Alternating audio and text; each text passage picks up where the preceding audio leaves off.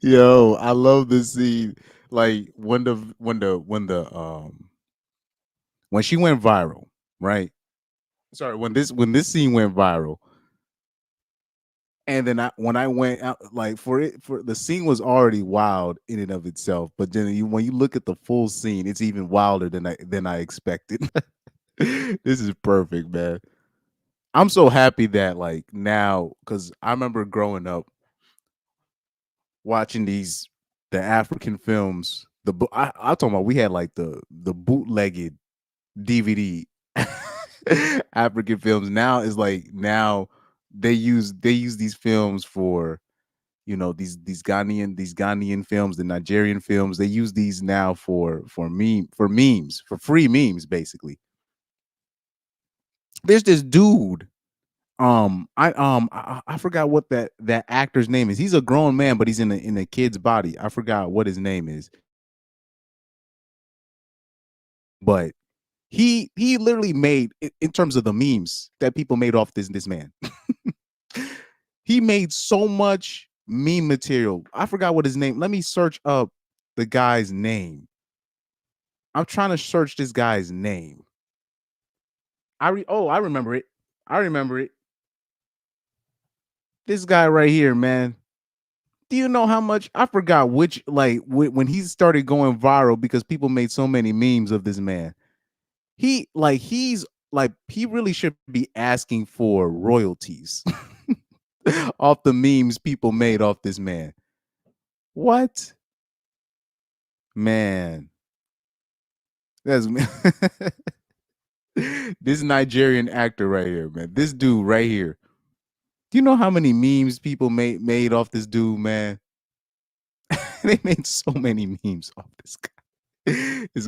I'll say this with this scene. You see how he's like, he remember when you was begging me for that money? I'll say this, man. 304s or just women in general, they got screenshots of everything. I'm talking about of everything except them begging you for money. Is always been is that's the most. I'm talking about they screenshot everything you text them. Everything you text a woman, she screenshots it. Anything via Instagram she feels offended by, she screenshots it. Why do you think they keep catching up all these actors or these people sliding in these girls DMs and then they 17 or 16 and they screenshot everything except of them dry begging for money. This is why they can always make themselves look like the victims or you know what I mean? Those they leave out certain text messages, right? They screenshot everything of them except for them dry begging. And when you call them out for dry begging, they act like they didn't do it. That's why I like this scene right here. I like how she was hiding behind the tree the whole time, just watching her girl, her. This is what happens when you approach these 304s for scamming you on. Yo, I love this scene, man. I love this scene. Yo, y'all don't see me, man. I'm almost in tears, man. Oh man, this scene is freaking perfect. Though this is where I love how he just takes that L. He just takes that L, and he's just like, he's like, man, this money that I give these, I should have give these to my wife. I'm gonna go back home to my wife today and give her the appreciation. Technically, when dudes tell other dudes, you got to sue this girl for doing this to you or stealing this money for you. That's if you do, this is literally the reaction that you're gonna get. just to let you, this is just to let you know. Especially when they talking about, oh, you need to sue this girl back. These hoes, they don't got no money. That's why they're suing you. It's not the other way around because you got the money. They don't got the money. That's why they're suing you. If you countersue her, now I believe like the logic is like say behind men in this group, they just say like, nah, just sue her until she's like in crippled debt and that her kids have to owe it. I mean, yeah, but you're just not gonna get that money. You're just gonna have to just take the L. If you're gonna countersue, just understand you're not gonna see that money. That's just a matter of just clearing, quote unquote, clearing your name. And even that doesn't clear your name. Even that doesn't clear your name because just the accusation is enough. Just the accusation is enough for most normies. Trust me. Just the accusation, or if you took the L in public, that's just an L. You were taking that L. Hey man, we got to move different. Y'all ninjas got to move different, man. Anyways, let's go to Twitter because I wanted to address this story that I saw, basically of a 304 lying on an MMA fighter, and I'm like, man, another one, another one. See if I can bring this up. Oh man, this one right here. This one right here. Oh, I got a call right now at the worst time. I'm gonna have to tell him to call back later. Hold on for a second. Oh, you know what I'm gonna do? Well, no, because he's gonna take way too long. But let's play this video.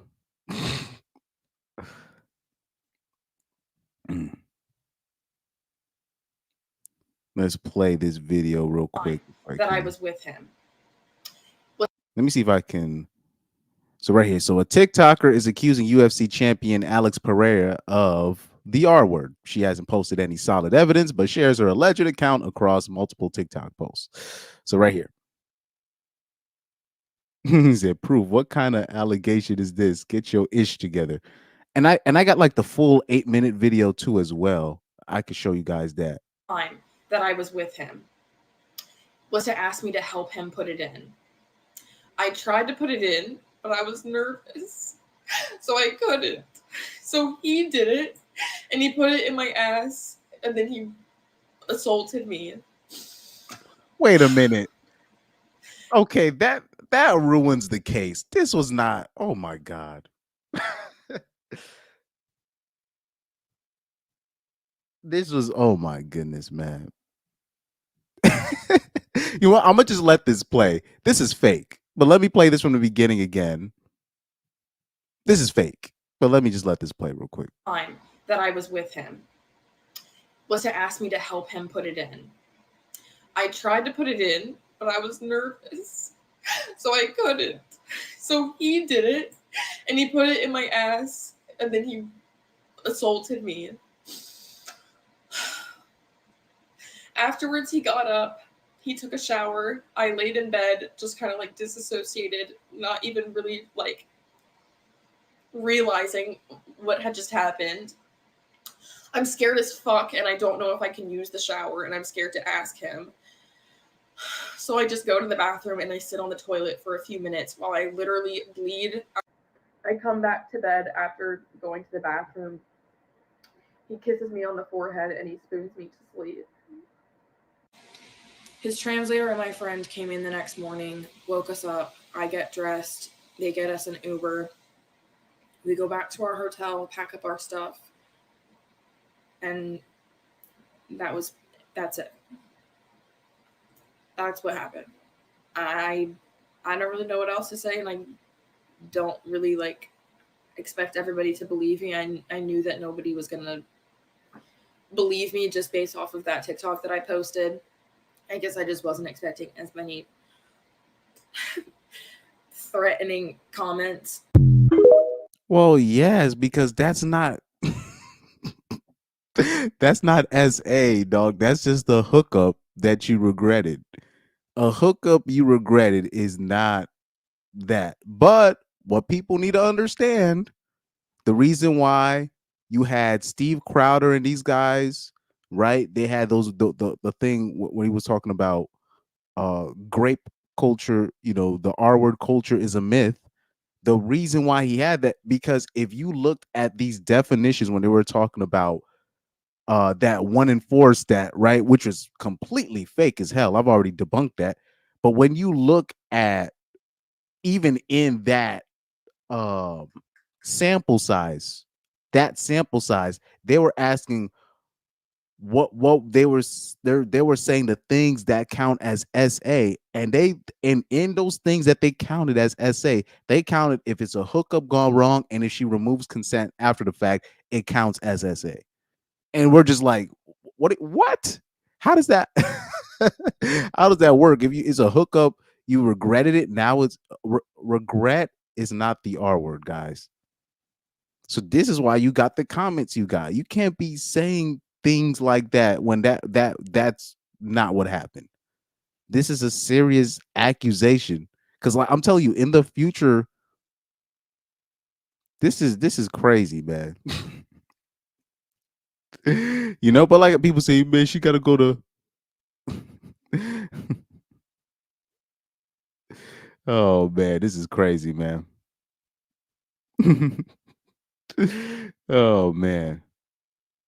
Talking about she had a conversation with Alex Pereira and with a translator, talking about she was laying in bed after. It sounds like you hooked up with the dude, and then, well, first of all, this is what it looks. It looks like he didn't pay. That's what. That's what it looked like. He didn't pay, and you guys, I don't know what is wrong with these dudes nowadays. You guys know you got to pay. You have to pay for that. Meaning, you can't just hook up with he basically just got Kobe Bryant Bryanted. Oh, don't tell me she has a OnlyFans. Do not tell me she has a OnlyFans, dog. Oh my, yo, I just saw something. I'm like,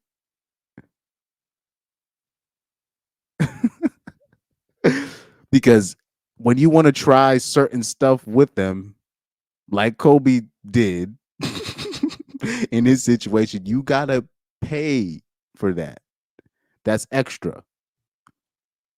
But a lot of dudes, I guess they don't want to. That I was with him. They don't want to feel like they quote unquote pay for it. Guys, pay, please, for the love of God, pay. Please pay for it. Like, please, save yourselves. Save yourselves. Pay for it. Please pay. Especially if you're a person of status like Alex Pereira, right? Who's now considered the best MMA fighter. Now you already know these people gonna come out the woodworks and say you did something to him for money. Yeah, I don't know why these people don't know this by now. I don't know why they don't. They just can't accept it. You gotta pay. You gotta pay for that. Let's see. I would have sworn there was like a full video that I saved off that. Let's take a look. Let's go under bookmarks. Right. Let's see. I would have sworn I saved that or retweeted it. Oh no, I guess I did not save that. Because I saw like an 8-minute video with that.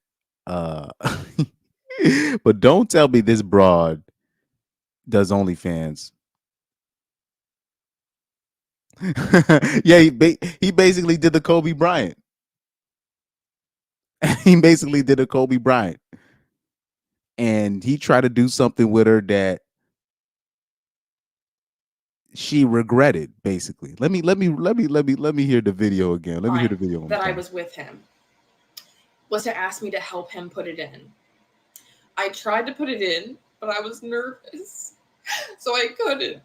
So he did it, and he put it in my ass, and then he assaulted me. Homie, you gotta pay extra for that. You gotta pay extra for that. he basically did the Kobe Bryant. Now you gonna understand what Kobe Bryant went through. I'm told like people act like I cannot believe there's still people that think that Kobe Bryant was out here uh taking advantage of women. Guys, this guy's is Kobe Bryant. No. He was with a 304. He did some extra shit and he didn't pay for it. Now, when you do extra stuff that might be a bit All right, she might not be cool with it. Now, well, let me see what language. What did she say again? Let me see. in. I tried to put it in, but I was nervous. So she says she tried and it didn't work. So he thought he had to do it himself. If you didn't want him to do, you should have said no, go. There's plenty of women that will just say no, don't do that. And if you said that, he would have not done that. But because you didn't want to do it yourself, he did it.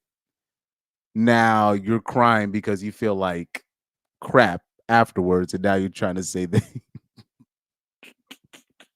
And like I said, because when you do something like that and then she feels weird about it later, and you didn't pay, these videos is gonna pop up. So I couldn't. So he did it, and he put it in my ass, and then he assaulted me.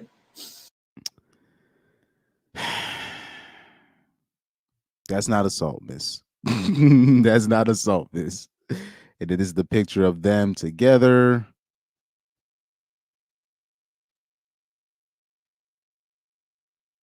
Took me a while to find the courage to come out and say this, but I've been struggling so much with my mental health. No, you've been struggling with your rent. Never mind. I'm gonna keep reading what she said. I've been struggling so much with my mental health, and I can barely get out of bed these days. It's eating me alive, keeping it inside and not talking about it because I'm scared. But I'm hoping this will help me heal and not feel so alone. I know some people won't believe me and think I'm chasing clout. You don't say. And stuff like that. But I just want to feel normal again. And I'm hoping maybe me finding the courage to tell my story is the first step in that direction. If any other women have experienced this, I'm so sorry you're not alone. And I hope this helps you find your voices again, too. Blah, blah, blah, blah. Meredith. She really put the Me Too hashtag on her thing. Oh, I know she lying.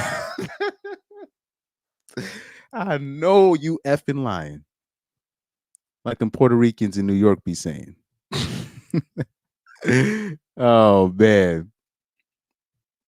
Oh no, you're not behind, bro. You're not behind.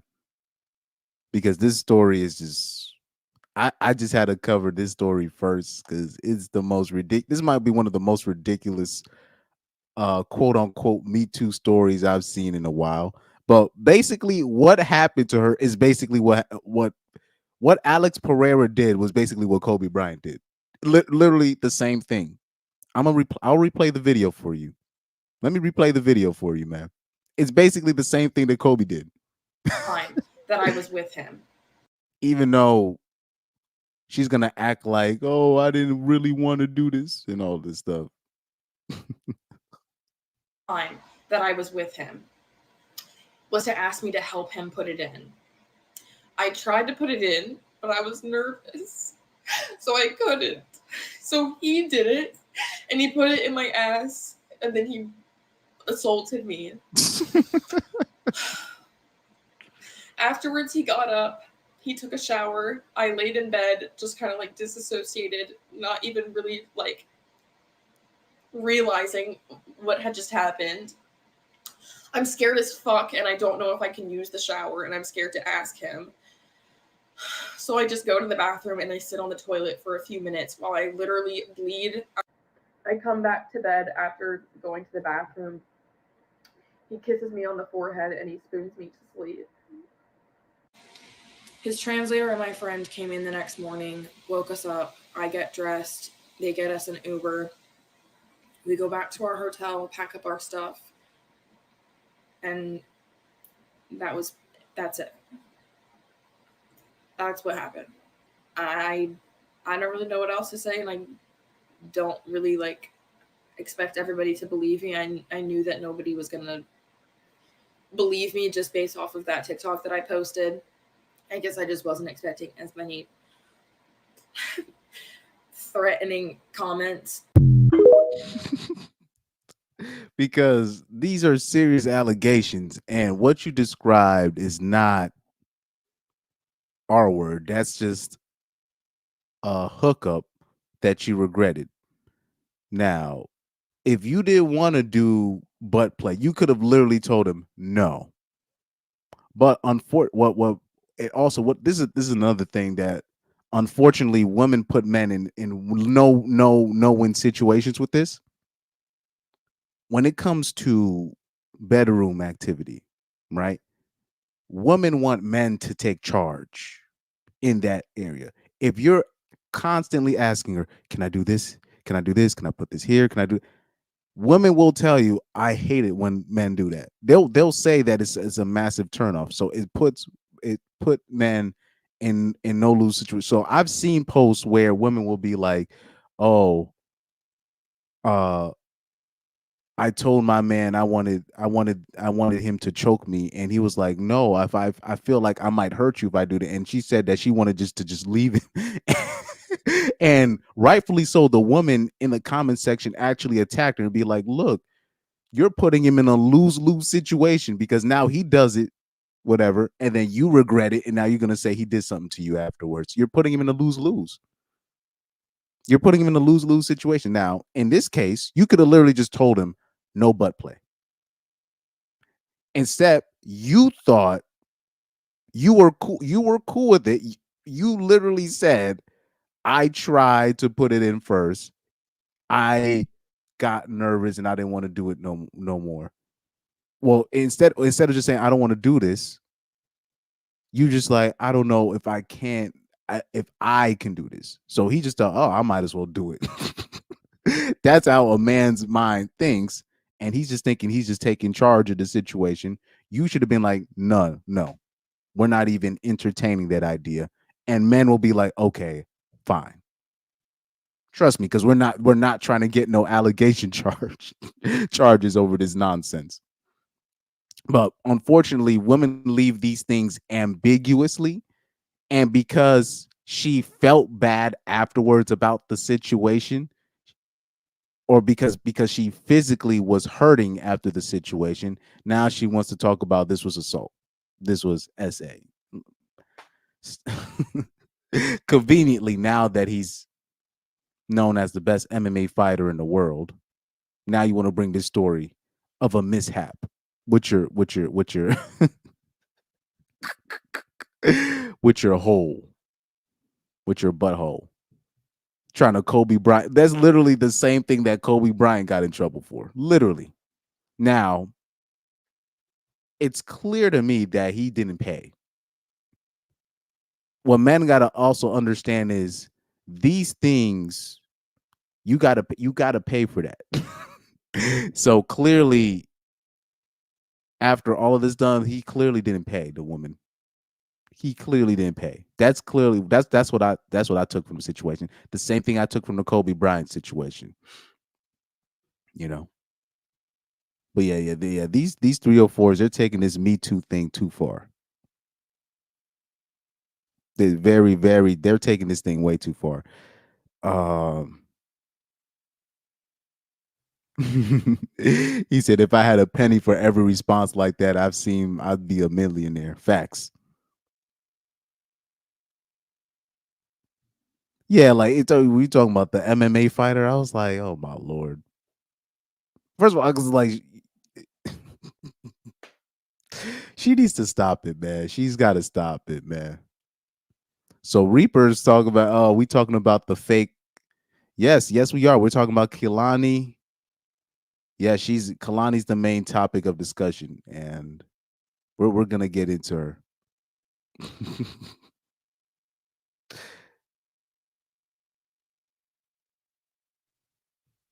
He did a OF. Oh yeah, because I think this girl, this Meredith girl, I think she's a OnlyFans girl. And that's another thing I need to tell you guys on that. When you're dealing with these IG models, whatever, or these girls that seem like freaks on the internet, in real life they're they're prudes in bed. In real life they're very like, can you turn the lights off? I don't like being touched here. They're like very, very sensitive. And you'd be like, "Well, I thought you was doing all that freaky stuff." Remember, Sukihana just got called out for not being the freak that she proclaims to be. It's always the girls that be doing the most, they actually do the least when put on the spot. Now, those innocent library looking chicks with them glasses, and you think they not freaks, they be doing the freakiest things in the world. That's how it usually works, especially nowadays. If you put like two girls together, right? Um, let me okay, let me give you the example, right? The girl Mia Khalifa, right? The ex adult star. Her body count is actually probably lower than we think. It's probably lower than we think, believe it or not, because remember, she didn't do that many films. She was only in the industry for about what, a year or two. So there's only a certain amount of videos of her on the internet. So her body count is actually probably not even higher than the average girl on that you see on the street, believe it or not. But so girls like that, you think, oh, they do the freakiest things, but really they're not. So girls like that, or the girls that be showing like the cleavage on these Twitch streams, and you thinking, oh, she down. In 2024, it's the opposite. It's the opposite. But let me bring up,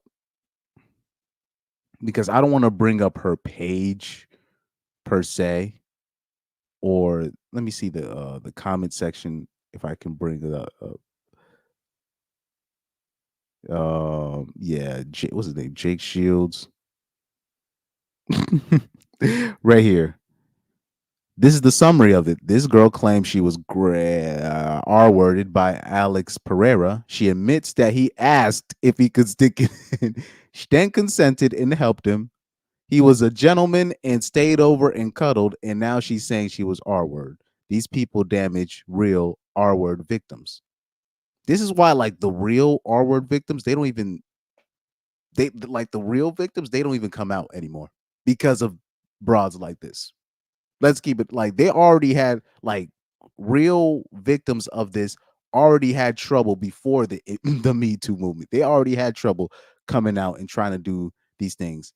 But now it's like they'll, like, if you actually come across a girl that actually been through it, they'll mention it, but they won't push it because there's just too many people like this. There's too many people like this in terms of the public eye, where they just make it now impossible to where it'll be an actual victim and people will know she's an actual victim, but she can't bring it further than just hearsay because she's not going to win no case, because people are just going to look at her like they look at these 304s.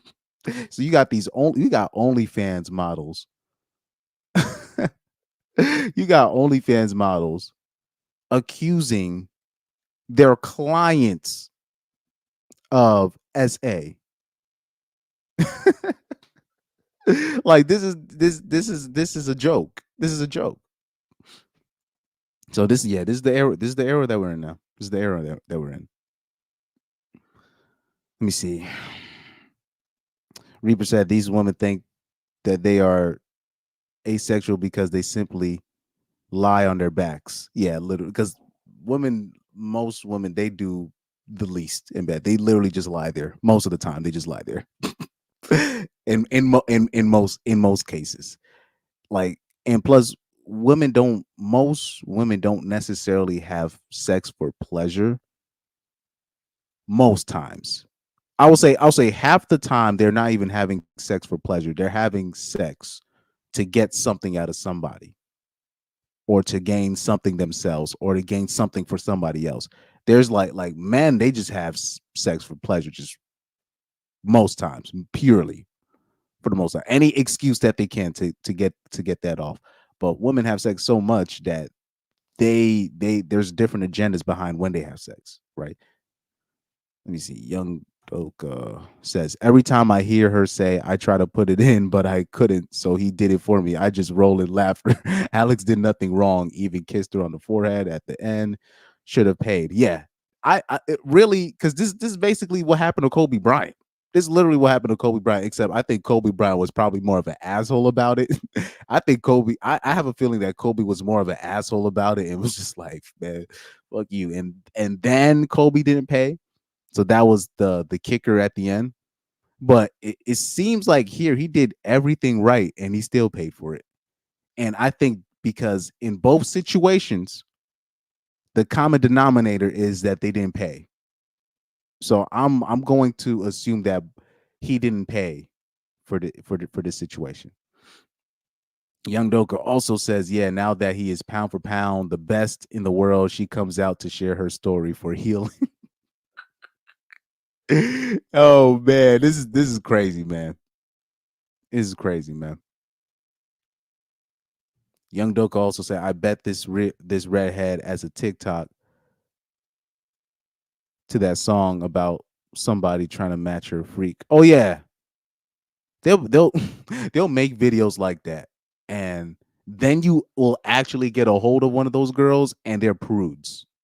I'm talking about like prudes, and you're just like, I thought you was saying you was this freak and all this stuff. What's going on? You false advertising. You false advertising. I'm sensitive here. Don't touch me here. Can you please turn off the lights? You should hear these broads when you actually get them, and you're like, weren't you just showing? Oh, okay. They'll be like dressed as hookers in real life, and they're like the least freakiest people, and you're like, you're false advertising. Meanwhile, the freakiest 304 is like a pastor's daughter, or like it'll be a woman that that's dressed conservatively, and she's the biggest freak. I'm talking about the biggest freak out of everybody. Yep. So it's confirmed. She's an OF girl. She's an OnlyFans girl. So maybe he did pay. I don't get it. Yeah, I don't. So and I don't like this. There's term. You know when people be like, you can't put your D in crazy, and I say all women are crazy, dog. All women have a crazy button that is literally they can just use it whenever they feel like it. All women are crazy, dog. All of them. And it's the only time they will stop being crazy is when they go through menopause. As long as they still, never mind. That's a little bit too graphic. But anyways, they gotta stop, man. They gotta stop. This is because this is ridiculous. This is getting ridiculous. This is getting way ridiculous. Yeah, can you please? You should see them. Oh, I don't like it when the lights are on. You're like, what are you? You'll be shocked. You're just like, oh, so it's not even like that. Oh yeah, I guess maybe these OnlyFans models they don't realize that they're escorts, but then they get mad like the same as escorts if they don't get paid. Like it's the weirdest thing. I'm like you're lit. That's you're an escort. If you're an OnlyFans model, you're a you're basically a spicy film content star. You're in escort status. That's your job. Like I don't. I guess in their mind they believe it. They say if I'm an OnlyFans model, in their mind it makes it sound better. But it's the same. You're the same as Mia Khalifa, Lana Rhodes. Who else? Why am I blanking on these? Lisa Ann, right? Riley Reed. You're the same as these people. But I guess in their mind because they're doing specifically OF and they're only selling their content via OF. I guess in their mind they think they're better than these. They think they're better than the average street worker, but they're all the same. You know. He said maybe he paid but just didn't subscribe. That'll be funny. That would be funny. But I'm like, if she is a OF, I'm like, he had to have paid somehow. Maybe he really didn't. But like I said, they don't want to be called a hoe, but they get mad when they don't get paid. It's interesting, man. That's interesting. But yeah, shout out to Pyro, man. He said, "Oh man, you went live on my working hours, but I'm about to be done soon. No, soon, so no worries." But shout out to you, bro.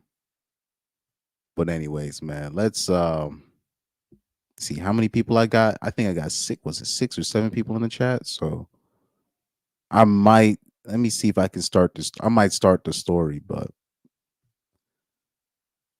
I might start the story.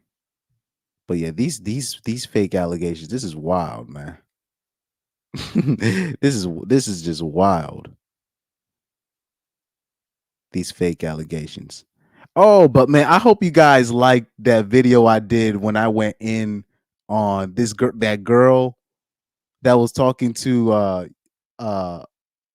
her kids in that voice. Remember? Huh. Is him wearing nail polish a big problem or a little problem? Man, I went in on that chick. I think I should post a full video from that live. I should post a full video from that live. But anyways, let's go into Kehlani's situation. Because I don't I have the full I would have sworn I had the full article up here. Because this is interesting stuff. This is some interesting stuff, man. This is some interesting stuff. Now, when it comes to Kehlani, right? I have made, I think, 2 or 3 videos on my channel of her already. Um, let's see something quick. Oh no. Oh, before no, actually no. Before I go into that to the Kehlani story, I wanted to I need to shut this thing down real quick because I am not going to allow women to act like conservatives now when it comes to this single mammy issue. Because we have this thing now where now you got these women coming out saying, "Oh, I don't date I don't date men uh that are only raised by their mom and all this stuff." But look at this video. I want you to see this video right here. Before I get into the Kehlani thing, I forgot that I wanted to show you this before I even go in because I'm getting tired of this. I am getting tired of this that women are starting to do this shit now. But let's take a listen. We got a caption that says, "Woman says she will only date men raised in a 2-parent household. I can't date a man raised by his mother." Interesting. But let's take a listen. I'm not dating a man that does not come from a 2-parent household. I don't care what race you are. You came from a 2-parent household? No, but I'm gonna explain to you why. There's a big difference with the man who was raised with his mother and father versus a man who was just raised with his mother. And I had the pleasure of marrying a guy who was raised by his mom, and I dated seriously a guy who was raised by both parents. It's a big difference. And coming from a household where I was raised by my mom, as a grown woman, I'm telling you, it's a difference. I do agree that there is a difference, but I can't necessarily say that I'm only going to deal with men who came from a 2-parent household because I didn't come from a 2-parent household. So I can't put judgment on another person and say that's what you have to have. But have you worked and do you acknowledge that because you didn't have that you do have some deficiencies? Yeah, I know as a woman I have some deficiencies, and it took me a while to know. I'm not dating a man that does not come from a Hit that next slide real quick. It took me a while to know that. Mm-hmm. But I realized that I do have some deficiencies. And of course, like he stated, it's a constant working. Well, at least this girl, she's being fair. She's at least the last chick here. At least she's trying to be fair here. So I'm not gonna go in on the girl with the orange tank top I think she has on. I'm not gonna go in on her like that, but I'm gonna still address women in general in a minute. In progress, right? I have to check myself when dating a man and he says a certain thing. He's like, I don't like that you did that. I have to then check myself and say, you know what? I'm sorry. So there, like I said, there's this trend now where women are like, "Oh, I don't like to date men that are only raised by their mom." Or how about this? Let me look at my notifications real quick. Let me see if I can find this video right here. Yep, this is it right there. you'll see videos like this. He was raised by his mom and his sisters. He knows how to treat women correctly, but it's so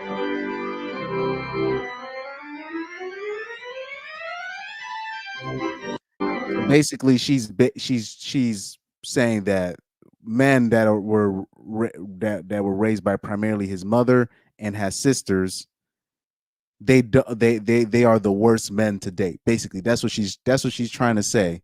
And you got all these comments talking about, oh yes, this is true, and all this, all the, oh, we got all these female raised men, and I'm like, nah, we're not gonna do this. We're not gonna do this. We're not gonna do this. Like, I'm not dating a man. We're not gonna do this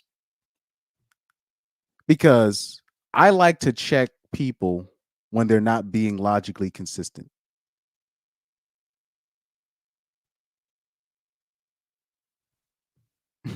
Hold on for a sec. Young Doka said, "You right about Mia Khalifa body count. It's probably not as the only difference between Mia Khalifa and the average college girl is that Mia Khalifa was dumb enough to have her shit filmed. That's the only difference. Mia Khalifa's encounters were filmed. That's the only difference between Mia and the average broad in college. That why do you think Mia Khalifa's going crazy in the head? Because she knows what she's doing ain't that different than the average 304. You know what I mean? Let me see. Unrelated to the topic, but did you hear of Kamala's VP arrest back in the 90s for a DUI, and he tried to play deaf to not get the ticket? I will say this, Young Doka, I'm going to try to stay away from politics from now on, only because it's a trap. It's election time. I'm just not going to talk about politics no more.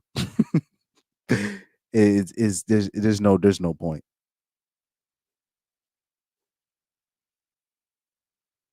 Let me see. Young Doga says, I want to know when the chick in the blue didn't end up marrying the guy who was from a two-parent household, he most likely didn't want to deal with her deficiencies. Exactly. But she still, but look at it this way, Young Doka. Take heed to this. She still got problems. She's still irritated by the guy that was only raised by his mother. She's still irritated by the guy that was raised by the mother. Now, this is where I have to start questioning women and their logical consistency, because I'm like, why? Because I know women are not now conservatives now. That's cap. We all know women are not conservatives. So I will always say this: every time when you got women complaining about, oh man, I can't date a man that was raised by a mom or in a single parent household, I'm like, okay, if you're willing to go on the record and say this, are you willing to go on the record and say single moms make the worst parent? And not only that, are you willing to call out other women that is keeping the child's father from them? Are you willing to call them out for child abuse? If not, I don't want to hear none of that stuff you saying. So now let's go and and then I always say, let's go in even deeper. So every time I ask that follow-up question, it's always met with so many excuses. So many, oh, but not all single mothers are like this, and all of a sudden they respect single mothers again, even though they were just dissing their parentage. So you're complaining about these men raised by moms or with men with moms and females in their lives. Then I turn around and say, okay, so that means you're willing to say that you'd rather date a man that was raised by a father, correct? And they'll be like, well, yeah. And I'm like, so that means single mothers, or particularly women that are choosing to be single mothers, these technically are the worst parents to raise sons, correct? And they'll be like, no, that's not what that. They'll always say, oh, that's not true. I'm like, but you just said that's what you just said. So this is where I got to start going in deeper. What is it that you really hate about men with women in their lives? What is it really? what is it actually really? Is it really because, oh, I need a man with a only a with the that was raised with a man in his life? Is it really that? And this is where we came to this conclusion, uh, especially when Reaper was on the panel and we were talking, and we came to the conclusion where it's just women don't like when there's other women involved in the picture because they can't the same manipulation tactics that will work on the average man that was probably not privy to how evil women can be. If you're dealing with a man that was primarily raised by females, even though he's going to be less than a man, the same female manipulation tactics are not going to work on him than the average man. Or how about this? The word of you as his girlfriend is not going to supersede the word of his mom or his sister because he holds them in high regard. The reason why I bring that up is because I remember when I was saying, so are you saying that single moms are the worst parents? And they'd be like, no, there's a lot of I was in a situation where the guy had both a mom and a dad, and the mom was the worst, and she was way too involved, and they had too much of a relationship. And you're just like, was it too much of a relationship, or was she calling you out on certain things? You try to run some certain tactics, and the mom picked up on it, and you weren't able to run the same stuff that you would if he was by himself. Let's keep it all the way real. You'll have women now, they'll openly say, "Oh, it's a red flag if a man has a great relationship with his mom." They'll just outright say that. There's videos upon videos of black women, white women, Spanish women saying that. And I was like, imagine if men were going up here and saying, if a woman has a great relationship with her father, run. No, it's actually the opposite.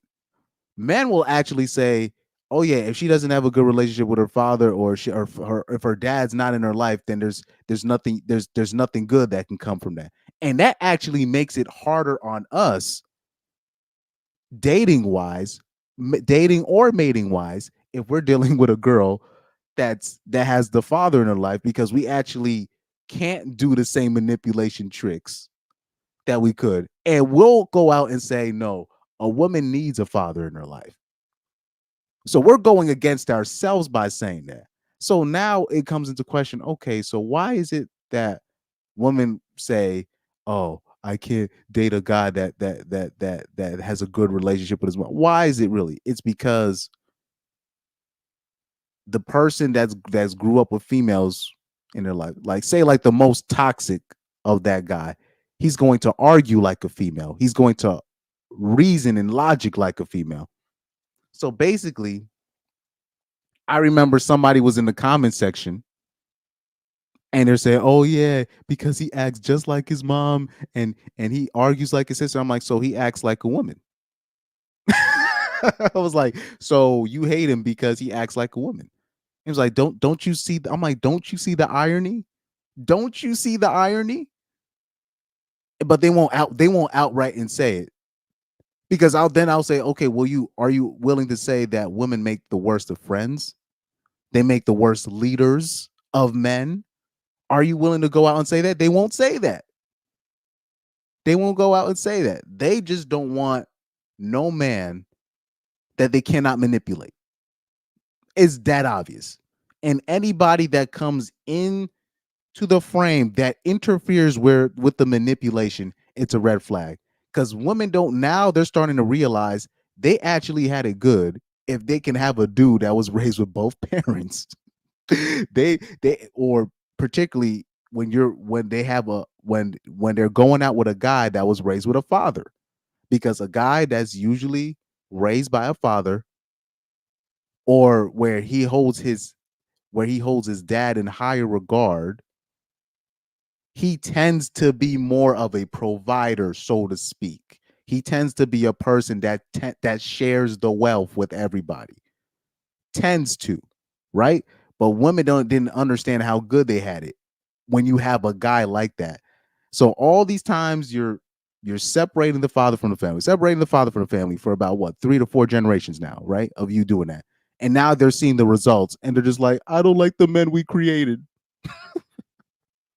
And now they want to talk about, oh, I can only date a man that was raised with a father. No, because now I had to now step in and tell women, look, a provider, quote unquote, is not a synonym for trick.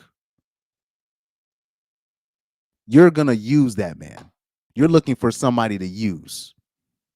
They're mad because men are saying 50-50 and, hey, I want to be treated well as right? That's it. Look, it's a feminine way of thinking, but they never think that far ahead. They don't realize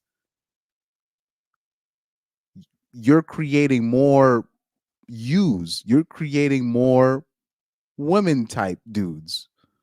So a feminine type dude uh, is basically it's just them basically showing that a feminine way of thinking is not taking care of the people under you. So now they're looking at them like, damn, I can't use this dude. I can't use this dude.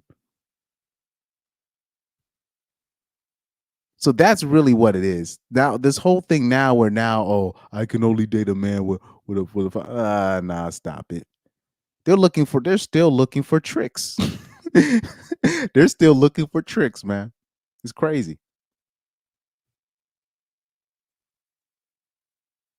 Truth Hunter says they won't call out other women. That's the golden rule for women. It's like the bro code for men, but trashy. No, we talk about bro code, but there's really no bro code. There's really no bro code, unfortunately. Because I remember never mind. Let me leave that situation alone. I don't think there's really a bro code, and people might disagree with me. There really should there's obviously a man code, but I don't think because most men abandon it. This is why I don't really believe in there's a bro. I don't even believe there's really a bro code because most boys or most men, when shit hits the fan, they're still gonna take the side of the woman. When shit really hits the fan, they're like when shit hits the fan, they still they don't take male prisoners, they take female prisoners. Like is it so is there so how can we really say there's a bro code? Because it always goes out the window once a female is involved. Once a woman enters a space, men don't talk the same way. Look at the video game world. It used to be purely dudes in there. That's it. Now you got women in there. Now they're complaining about the language. They want people start talking different. Like you ever been on you've been on a game chat, a party chat, right? And it's it's a female on the stream, right? She enters the thing, and then Ninja's voices get deeper, right? Ninja's turn into Batman, right? Once a female enters the game party, and people they just act different. It'll be just one average female. She comes through on there, like even like,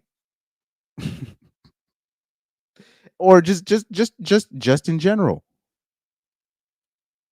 Well, I was gonna bring up a personal example of myself, but I don't want to put myself out there. But because family members are involved. But anyway, because when it really comes down to it, I'll be the first one to be like, oh no, this 304 lying. Like say if something happened to a girl, right?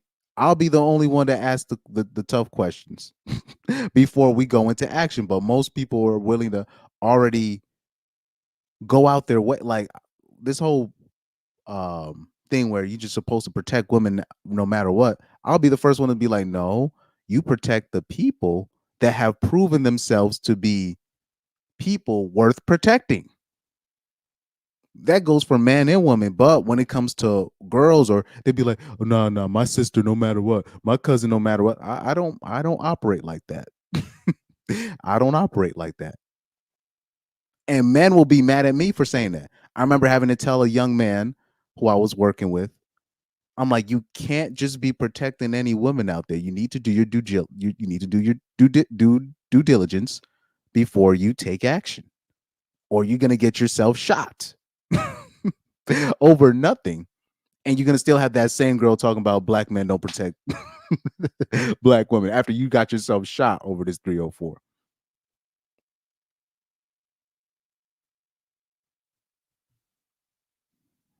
Young Doka said, "You spitting facts.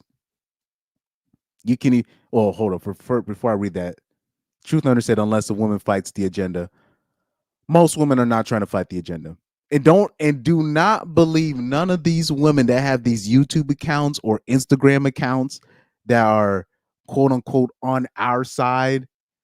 Do not believe none of that. Don't believe none of that. There might be one, probably one out of all these accounts that are really pro men. And the ones that are really pro men, they don't have a social media like that. And they don't even go out to the clubs and stuff like that. And by the way, the women that actually be having men's back, it'll be the people that you would never think. It's not even about fighting the agenda or female group preference. The woman in your life that will have your back, it is going to be that in terms of she'll even go against the male simps for you. It's going to be people you never thought had your back. It's not going to be these women that you think that are quote unquote pro men. They actions speak louder than words. I don't know if Ainsley's in the chat, but there was literally a girl at our job. It's a perfect example. When we used to work with each other, there was this girl at our job. She tried to act like, oh yeah, I want men to protect us and all this stuff. And then literally 2 months later ends up filing a sexual harassment claim against five of the dudes we knew. And everybody knew she was lying, but she still filed it anyways. She tried to file a claim when she started losing her head. She started losing her head. Like the people, I'm telling you, the women in my life that had my back weren't the girls that I knew that were fair individuals are not the people you think. It's not the people you think. And like I said, the only time a woman will actually pivot to that is when their brother gets affected or they end up marrying a guy and he's going through drama with his past ex. Right? When you actually look at the MRAs, right, the men's rights activists, a lot of them were women. And those women that were MRAs, they were MRAs because they were marrying these guys that were coming out of their first marriages and their first wives were asking for alimony and child support. And if the dad couldn't pay for it, then his new wife had to pay for it. That's why they became MRAs. So like I said, in terms of, there's probably only one woman on the internet that I actually kind of trust, kinda, and I'll say kind of trust. And that's Kendra. I don't know if you guys know the Crimson Cure. I don't know if you know her channel when she be talking about the hyenas and stuff like like that. That might be the only one who I'm like, you know what? I like what she has to say. I think she actually might be cool. And like I said, she was married until her husband unfortunately passed away. So that might be the only one that might be pro men. There's some female commentators that I see and I'm like, oh, I think she actually is on our side, but she just can't show it. The ones that be like, the Samantha Lee what's it, the Samantha Lees, the Just Pearlies, the other girls that be quote unquote saying that they're pro men, but they're profiting off of it. If they couldn't profit off of it on YouTube, they would have kept their mouth shut. Trust me. I like Kendra and that divorce lawyer woman. But she's like she's like an older white woman. but she doesn't get the props that she deserves is because dudes are trying to look at something pretty. But it's like it's this lawyer that's older. She's like in her 50s or 60s, and she be giving the game. I forgot what her name is. It's this older white woman. She's like in her 50s or 60s. I like her. Now she's not gonna come out and say I'm pro men, but she be giving out the game. But like I'm telling you, but like most of the girls that they say that they're, oh, I'm pro men and I'm pro I'm trying to fight the agenda. They're not trying to fight the agenda. They're not trying to get rid of the advantages. They don't even want to do a paternity. They don't even want mandatory paternity tests. Right? And like I said, when it comes to mandatory paternity tests, you'll be surprised the women that agree with it and the women that disagree with it. Now, most women disagree with it, and we all know why. Now, the women that agree with it, you'll be shocked. You'll be shocked. The women that have given me props for bringing this up, and then I look at their background, I'm like, she agrees with me? Wow. I would have never thought. I would have never thought. You think it's gonna be you think the conservative, the trad con girls would be on board? They're not. And trust me, like you can't even track it by race. You can't even track it by race, dog. Most women they don't want mandatory paternity tests. Most of them. They don't want it. So that just shows me everything I need to know. If you want a quote unquote woman that's quote unquote fighting the agenda or whatever, ask her what you think about child support and ask her what you think about mandatory paternity tests. That's all you need to know. That's all you need to know about her. Let me see. But yeah, Young Doka said you spitting facts. You can even show them the stats about how children raised only by fathers don't end up in jail, and they'll say the stats are fake. Yeah, like yeah, that's why it's pointless. It's pointless.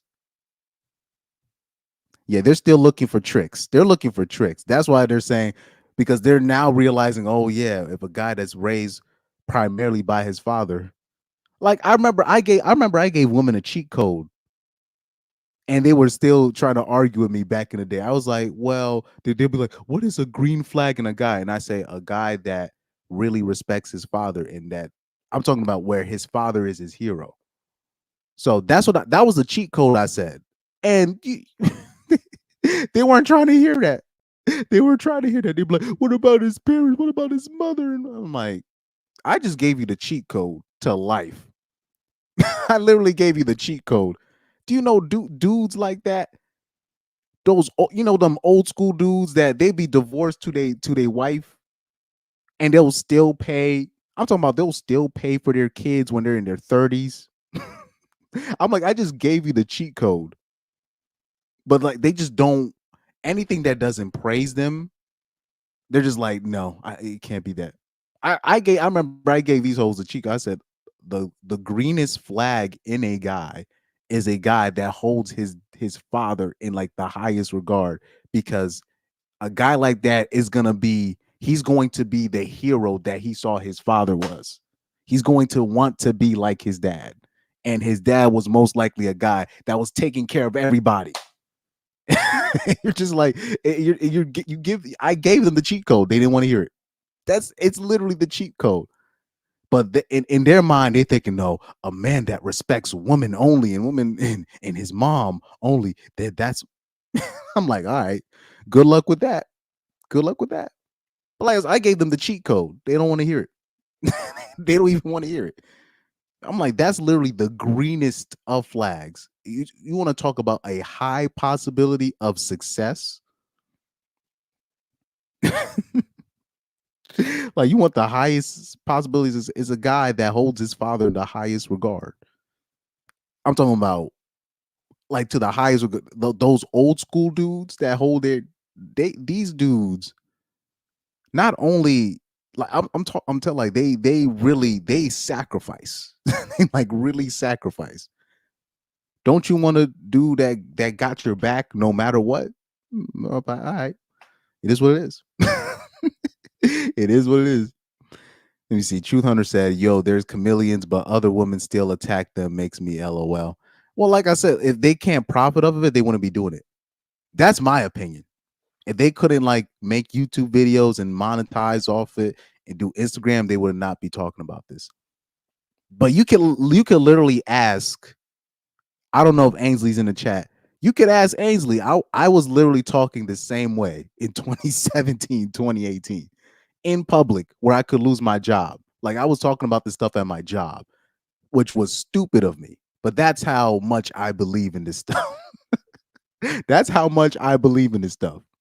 You could ask Ainsley. Like I was talking about this stuff at my job where I could literally lose it.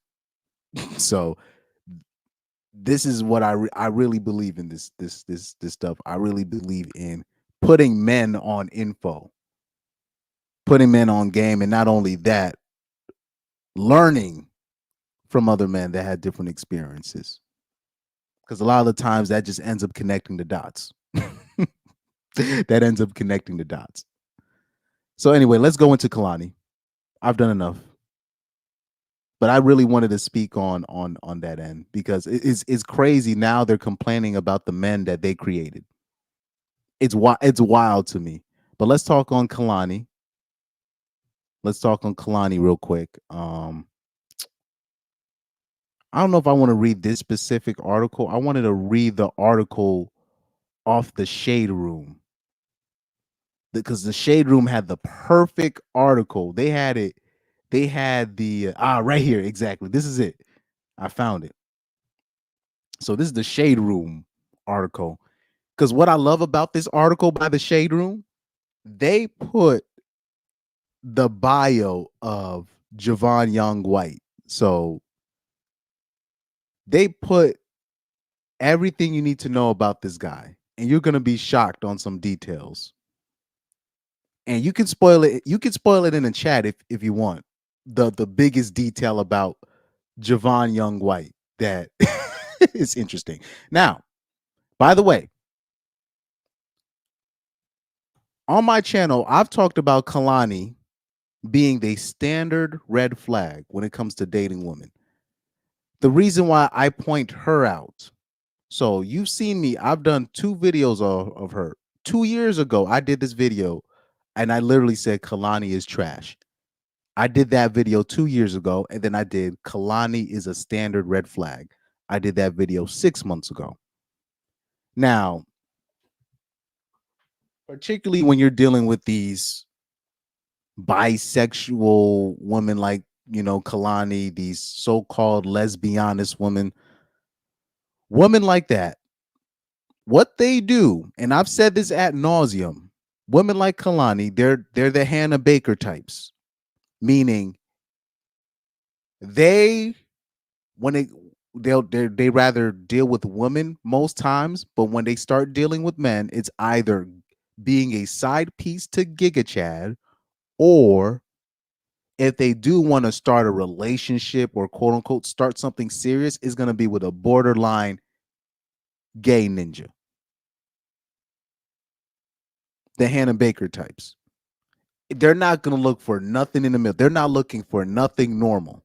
The guy, they'll rather go with a complete schizophrenic whack job than the average normal dude. They're like, I'm talking about a Kehlani type. They'll rather deal with a woman first. I'm talking about being in an abusive relationship with a woman first than be with a normal guy. Those are the so-called lesbianist women. The proclaimed lesbianist women. But let's talk about the big news about what Kehlani's going through right now. So right now, Kehlani's ex, Javaughn Young-White, he's filing for full custody of his daughter. So also Kehlani, who's a self-proclaimed lesbianist crew, part of the rainbow a self-proclaimed bi girl, also is a single mammy, right? So in the court docs obtained by EW, Young-White claims a cult leader performs religious ceremonies on his daughter. They said Kehlani's ex, Javaughn Young-White, is seeking full custody of their 5-year-old daughter. Adea Parrish, as he alleges that the singer is in a cult. In court documents obtained by Entertainment Weekly, Young-White claims the main reason that I am filing this petition is that Kehlani has been involved in this cult for the past few years, and it appears that this cult controls her actions and her behavior, including when it comes to the upbringing of our daughter. The filing continues. For example, the cult leader, who goes by the name of Nato, convinced the respondent that he had a vision that I was a danger to our daughter and would kill her, and thereafter banned respondent from allowing me to see Adea. Based on this vision by her cult leader, respondent prevented me from seeing our daughter for months. Now, when they're talking about a cult, I think this so-called cult is probably some kind of there's something sexual to it. It's probably some kind of a sexual cult, right? Usually when these cults are created, this is usually where it's a dude in the middle of it and he's fucking like literally every woman a part of the cult. And I'm going to give you my reasons why I believe this as well. They said in the past, he claims he would watch his daughter while Kehlani was on tour, but ever since this vision, Adea is left with other members of this so-called cult, including Nato instead. Young-White also alleges that this cult leader has numerous accusations of committing sexual assault against women and young girls. Now, we need to find out who this Nato person is. He says in the filing that Nato performs religious ceremonies on Adea, but no one is allowed to be in the room when he is performing. Oh my God. Oh my God. I didn't even look at this article. Yeah, I was gonna focus on the Shade Room article. This better not be true. This better not be true.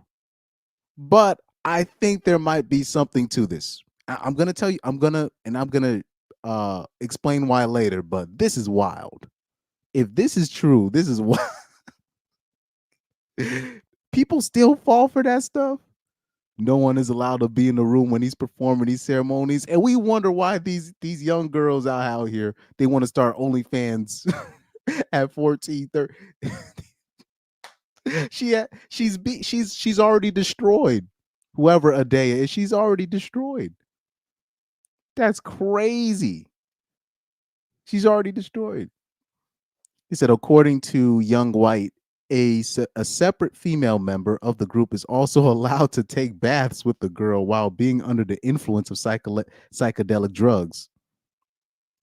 Young-White says he has brought up his concerns about all of this with Kehlani, but instead of addressing my feelings, she resorts to disparaging me online to her millions of social media followers. A rep for Kehlani didn't immediately respond to Entertainment Weekly's request for comment. According to the court docs, because Adea was born in a home and not a conventional setting, such as a hospital, Young-White's name is not on Adea's birth certificate. And he says he doesn't even know if she has a social security number. As such, he says, for this reason, I am requesting that the court establishes paternity with me being her father in order for me to be able to exercise all my rights that come with being her father. Okay. So he's going to do a paternity test first and then establish before getting before seeking full custody. They say to that end, in addition to full custody, Young-White is seeking child support from Kehlani as well. as you should, as well as a name change for his daughter to Adea Parrish Young-White and a copy of her birth certificate and social security card. Okay. Yikes. So before we move on to the Shade Room article, they're going to show you Javaughn Young-White's background. They're going to show you his background. Yo, they said no one can be in the room. LMAO, tell it to train without the choo-choo. But the girl is 5 years old, dog. The girl's 5, man. She's 5. It's over. She's gonna need some. Where are the therapists when you need them? Where are the therapists when you need them? Where are the counselors? Where they're probably a part of the cult. They're probably a part of the cult. And it's always a man, a charismatic man in the center of it, full with dumb ditzy broads that are quote unquote spiritual. And, and they'll have degrees, they'll be lawyers too, businesswomen, part of that cult. And you're just like, bruh, sacrificing their own kids to a man that they don't know. This is wild. This is wild. But I'm about to show you the Shade Room article. I'm gonna show you the Shade Room article because it's gonna show you some things. It's gonna show you some things that we're gonna end up finding out about Javaughn White. She's a girlfriend to the guy, but unless that lady is doing drugs and trying to F Casper the friendly ghost, he's gonna be eaten alive in a court.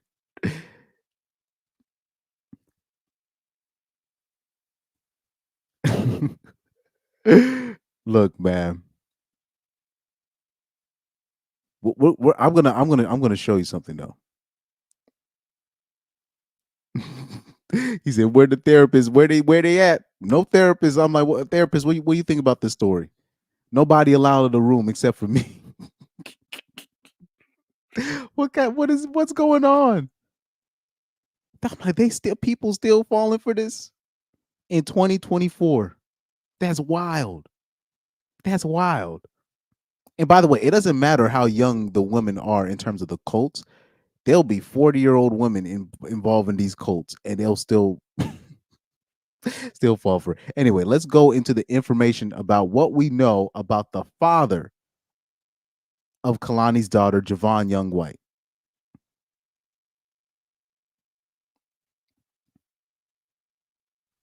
Let me see.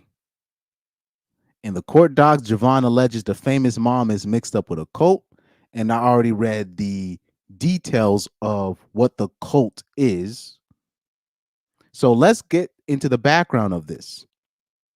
Javaughn Young-White and Kehlani welcomed Adea Nomi March 23rd, 2019. Their first child together arrived in the singer's bathroom at their home in an unmedicated birth.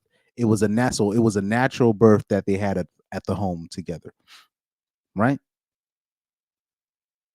Right? Javaughn was saying that was the best experience of my life and blah, blah, blah. So right here, what was Javaughn's relationship with the singer before having Adea? According to the same outlet, Javaughn, also known as Javi, was the singer's guitarist and friend for a very long time before having Adea. Now, any musicians in the chat, I hope you guys understand this. Please do not get yourself involved with any other musician that you're working with. I know it's hard. But I'm talking about long term. It's going to help you. Long term is going to help you. They say, furthermore, they told Nicki Minaj on Cream Radio in 2018 that the pregnancy was planned. So they according to Kehlani, the pregnancy was planned. The singer seemingly affirmed after Nicki asked that they had lots of sex because of the short window they had to get pregnant. She says it was planned, so we definitely had to. We had a short time frame of having to actually have sex every day, and we were just excited that it didn't start feeling like it was a chore. The singer said, adding that the sex was fire. Additionally, this is the biggest part that I want you guys to pay attention to. And this is the truth bomb about Javaughn White, and I guess I didn't know this as well, but this brings my point home. Pay attention, guys. Additionally, Kehlani explained that their former relationship with a woman had ended before getting with Javaughn Young-White. They shared that they felt lucky to find a partner who was a bisexual male. She goes on to say, he really understands my queerness and my solidity, and I really understand his, and we just really appreciate each other as human beings.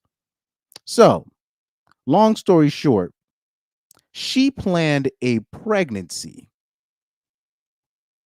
with a gay man. F all that bi stuff. She planned a pregnancy, a relationship, a short-term relationship with a man that has had relations with men before.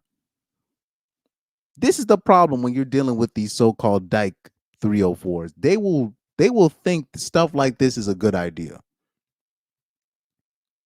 What kind of unguided person would think it's a good idea to plan a pregnancy with a bisexual male, whether he's a good person or not a good person? Why would you do that? If I'm Kehlani, why if you're Kehlani, why would you do that?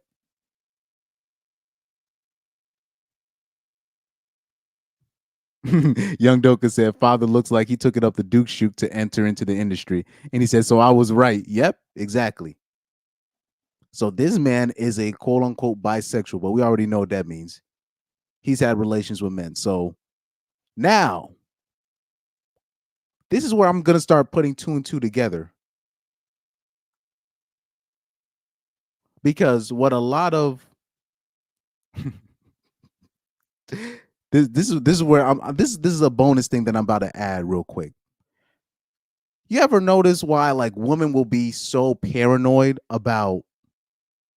They're always so paranoid about, oh man, he likes men, sis, right? You know, if they're dissing you, that they think you're gay, or they're always worried about accidentally sleeping with somebody that's undercover, or they're always worried about, oh man, what if I meet this guy, but he really likes men instead?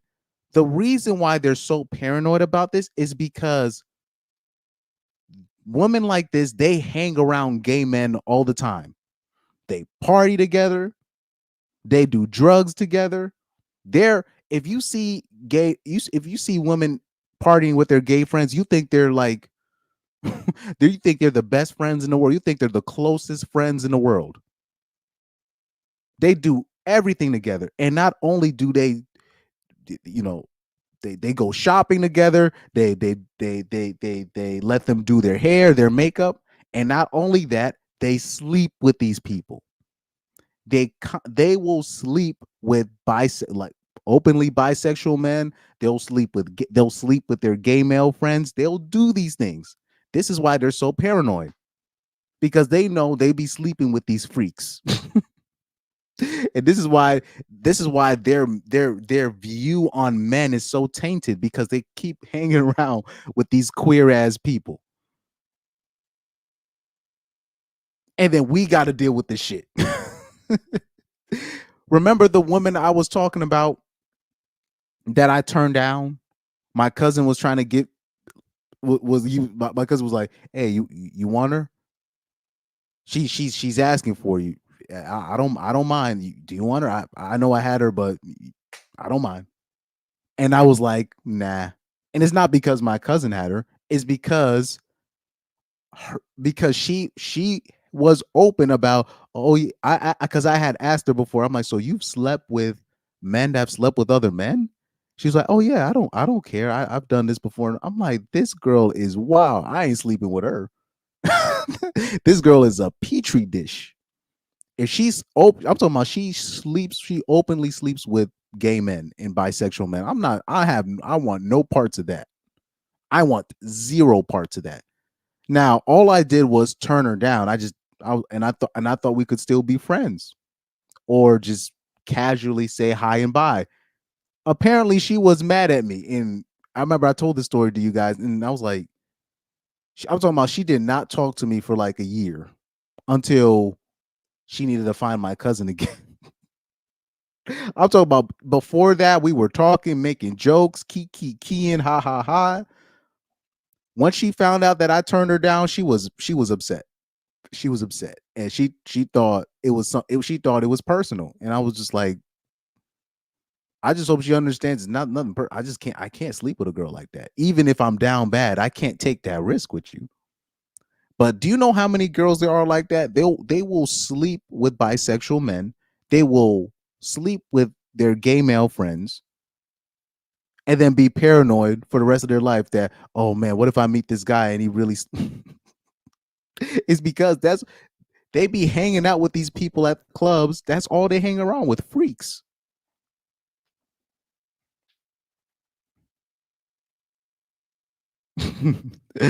Oh man, he said a person who was dropped a lot would think it's a good idea. Yeah, I don't understand how a woman would think it's a good idea to plan a pregnancy with a bisexual male. I don't understand how she think that was gonna end up, but this is what women do. This is what women do. He said, I think she was dropped at least 7 times. But remember, the Hannah Baker types. I said it in the beginning. Women like a Kehlani. This is why I prefaced it. A woman like a Kehlani, the Hannah Baker types, she'll rather be a side chick to a very high status guy or a giga chad. But I'm talking about she can't even go higher than side chick. She'd rather just do that or be with a girl. And if she's is going to do a relationship or a long-term type deal or a pregnancy, as stupid as that sounds, she is going to pick a borderline gay dude.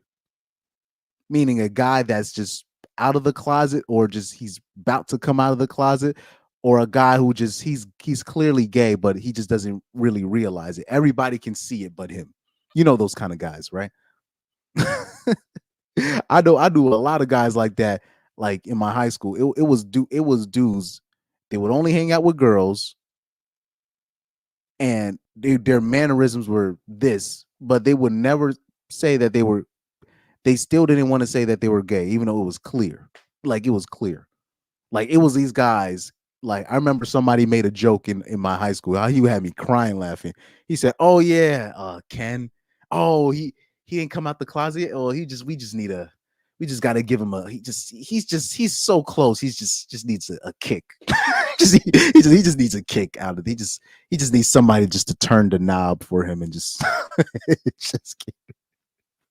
I forgot. I'm using Ken as a code word. I don't remember what the guy's name is, but it was this specific dude he was talking about, and we were like, he ain't come out the closet. It was clear, but he just doesn't want to, But like I said, these,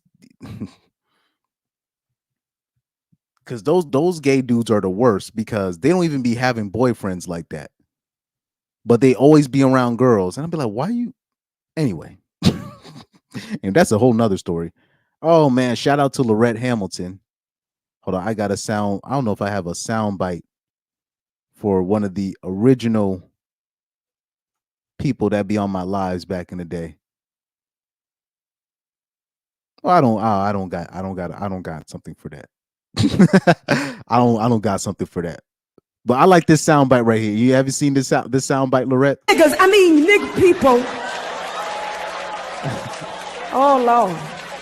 Niggas, I mean nigga people. Oh Lord. I just added that sound bite. A couple of days ago.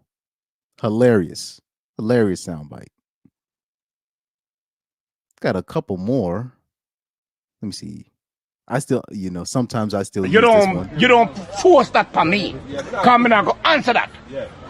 Cause what you want to hear, if the answer you want, you have to go and be for that. Okay, so let me see. Ninja, where is your ninja? That's it be these gay dudes, they be all the way fruity, and I don't see them with no boyfriend. I don't see them, but they always around. I'm like, where's your boyfriend at? This is what I'm like. What's going on? What's going on? These be the weirdest of weirdos, bro. These are the weirdest of weirdos. Didn't Katy Perry have like I remember Katy Perry had said something a long time ago. She said she said something like these dudes are so gay that they don't even like men. I remember Katy Perry said something like that. remember Katy. I don't know if it was Katy Perry or Lady Gaga. It was one of these people. They said something like that. I was like, facts. Like it ended up ringing true, especially when I was in high. I'm like, these two. Sorry, guys. Excuse me. I'm like, they don't even got a boyfriend or even close to it. But they're always partying with these chicks, having sleepovers with. I'm like, what is? These are weirdos, dog. Anyways,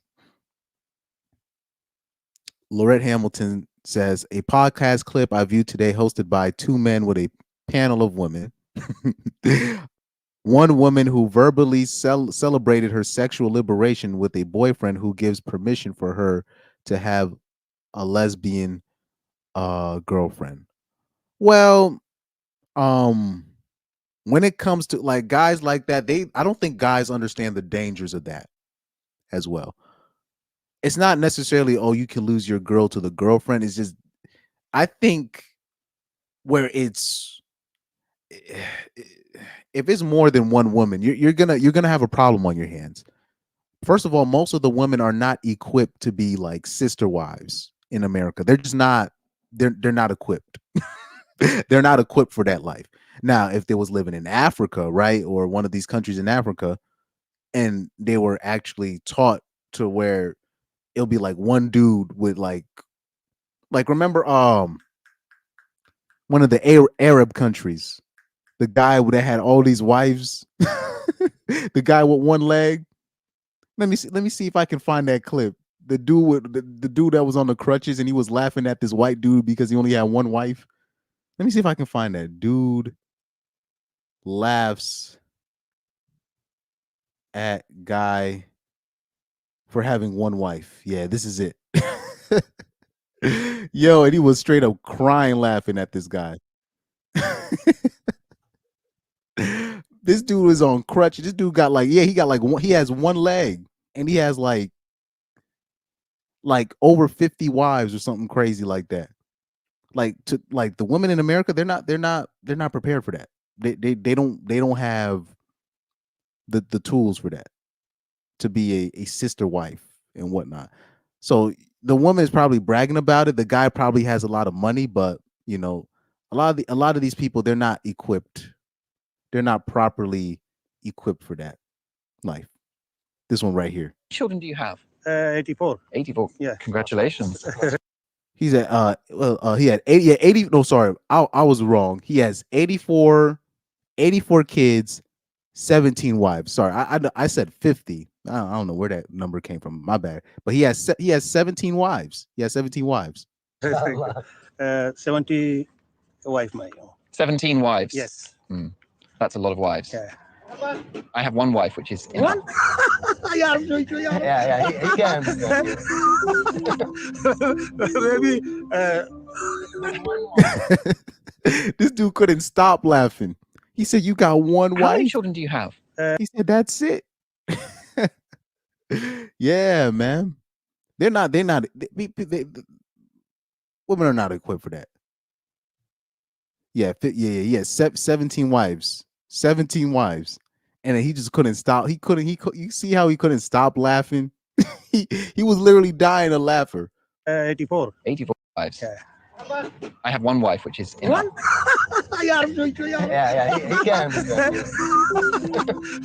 Maybe. This dude on crutches, and he was trying to hug this dude from laughter, man. So like this is just like because overseas they do things differently, man.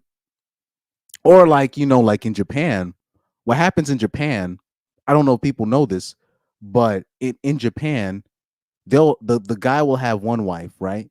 Now, Japanese women they're known for not having sex with their husbands as much as they're supposed to. But if the husband goes and gets a prostitute and he gets his needs off that, they don't consider it cheating.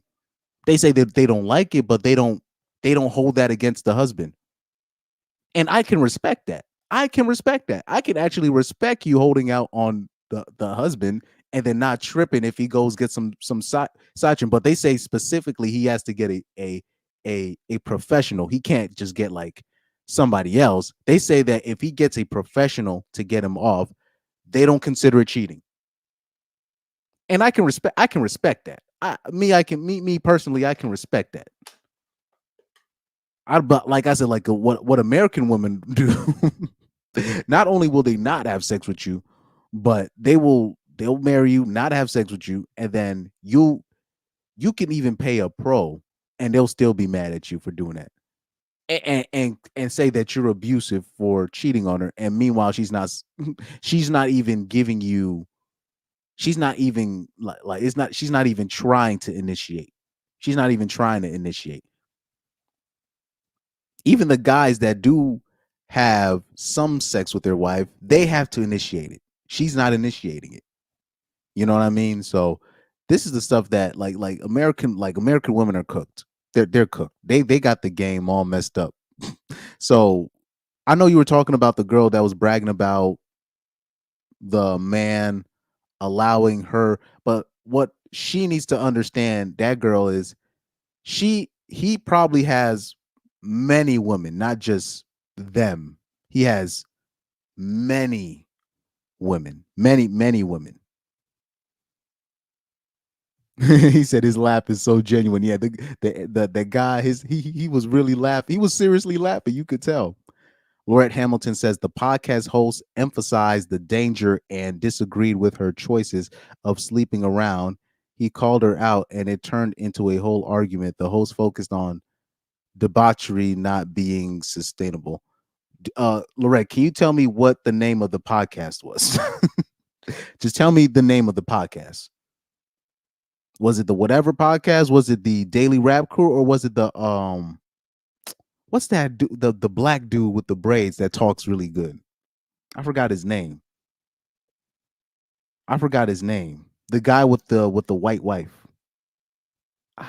I'm forgetting his name. Let me see if I can find out. Was it I'm about to show the guy, because I have one of his clips saved.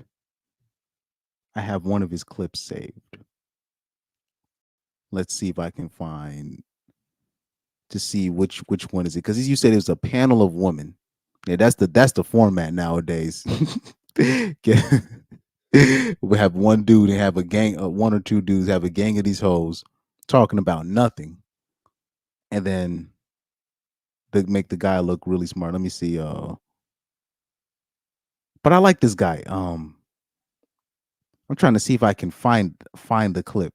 Is it this? No, that's not it. That's just another broad talking crazy. Oh man, I don't know if I can. Can I? Because I actually like that clip. It was a clip. It's a black dude with braids. Oh man. This is it. Yeah, this guy right here. Was it this guy? Was it his podcast? I don't know the name of his podcast. Was it him? Wait, let me check the chat real quick. Let me check the chat. It said no fugazi. It's two black dudes. Don't know the name. Yes, yeah. Oh yeah. I was like, yeah. I had a feeling it was that guy. I had a feeling it was that guy. I like that guy though. He's good. He's good with like speaking. He knows how to put it. He knows how to say certain things and just like make it where the women really understand. Like they can't hide behind, oh no, you're saying it like this, you saying it with this tone. He says it like very, very how do I say it? He's he knows how to say things with a very measured voice. He'd be like, I'm not making fun of him, but he just knows how to say things in a measured tone where they can't take it out of context. Now, I remember seeing a clip with this guy, because people will say, oh, dudes that do this, they hate women. No, he doesn't. And I remember the one time I saw him raise his voice, it was with this broad who it was a broad that was actually raised in a two-parent household and she was making all types of excuses, and he was ticked off with that broad. I forgot what clip that was. He went hard on her. Well, he didn't really go hard on her, but he kind of raised his voice a little bit, and she just couldn't take it, and she left. Oh man, I didn't save that clip, but I remember seeing that. I was like, I like this guy. I was like, I like this guy, because it was this one broad that came on I guess on his show, and she was making all types of excuses why she was a hoe, and the advantages that she had in life is like more than most, like, forget most women, most men too, and she still ended up being a hoe, and she was trying to make excuses. She couldn't take that L. I forgot what clip that was, but I never saved it. Let me see. So Young Doka said, so that's the guy. So Young Doka said that's the Fugazi. I don't know what his podcast is called. I don't know what it's called. He said he pointed out when she tried to go off topic. Like, yeah, like he's very, I like how he explained things. So I'll give you an example. Let's watch this clip. Because I've been had this clip. I never did a video on this, but it was a beautiful. I love this clip right here. But let me exit out and let's 1, 2, and so Gianna, Grace, and then who else? I choose Denise because I think Denise is pretty too. You clearly don't like darker skinned girls. If shorter than me, so we probably would be friends. The pale one over there. Ladies, this is his preference. Oh, I don't care about his preference. I just She literally just height shamed like, oh, I'm sorry, you're 5'8", so friends only. Are you upset about it? No, why would I be upset about it? But no, he's not upset about it. But it seems like you're upset about him choosing white girls. Yeah, but I don't understand it. I don't even understand why there is a comparison. Well, it is a comparison because they're both preferences. So it seems like he's shamed for having his preferences. Okay. He like white chicks. Okay. Right? Yeah. Your preferences, you don't want short guys, right? Uh-huh. And he didn't shame you for your preferences. But you shamed him for his preferences. This mother don't miss. I like how he explains it to them like he's talking to, like, if he had students.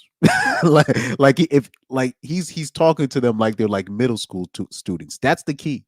Really, you got to talk to them like they're children, to be quite honest. But he does it in a way that's not patronized. He's just telling you just like this.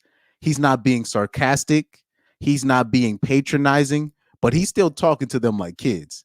It's just he knows how to do it where it doesn't come off where they can say it's the tone of your voice. Because, you know, if it's like Myron Gaines, they can use the excuse, you're too mad. And you know what I mean?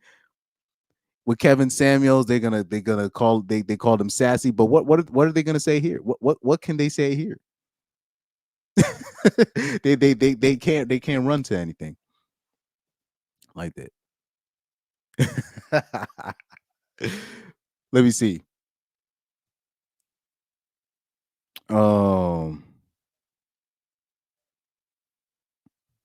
Pyro says he's talking to them like the female teacher who talks to you at school. But no, this is different though. I know you're joking, but but this is different. He knows how to do it where it's not patronizing. He knows how to do it where a woman can't hide behind, oh, it's the tone.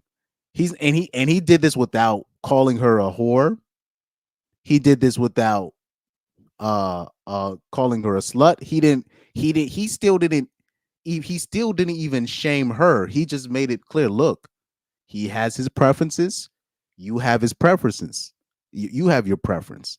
Instead of, because what because this is what other people do. Oh, would you date, they'll try to flip it back on her. No, just show her. This is my preferences. This is your preferences. I didn't have a problem with yours. Why do you have a problem with mine? And that's all he had to, that's really all you got to say. I got my preferences, you got mine. So and the guy, the guy next to him, he couldn't articulate it, but he was just baffled by how she couldn't even see her own hubris. And even though I don't like a lot of these shows with the men and the women, I think men should see these shows. And it's what happens with these shows with with the panel of the ladies and the men, what happens is it shows men that there are a lot of women out here that walk around believing their own mess. And not one man in their life, I'm talking about in their life, has told them, you know what, you might be wrong about this. Not even a gay person, not even a gay man has been like, you know what, you might be wrong. You might be wrong. Because like I told you, these gay dudes, they don't even like men. these dudes are like Katy Perry said, they don't even like men. So the advice that they're getting from gay men is the same that they would get from their single obese girlfriend. Oh, just leave him, girl, and blah blah blah. So most women have grew up. I'm talking about when it comes to dating or when it just comes to life. They've never been told that they're wrong, ever. I'm talking about anything. About anything. Let's bring up another example, because we're done with Kehlani, because with the Kehlani, let me address that one point with the sex cult thing. There might be something to that, because when it comes to that rainbow community, that people evolve in that community, they do get caught up in these sex-like cults, sex-related cults, so that's very plausible. It's very plausible. But back to the random stuff, right? Most women have grown up. I'm talking about they've never been correct. They've never been told men are just not honest with them at all. Especially if you're dealing with like black women, especially if you're dealing with like when you're talking about if the man and the woman are coming from a female-led matriarchy type, right? The matriarchy type, you're gonna have women coming from there. They've never been corrected by a man.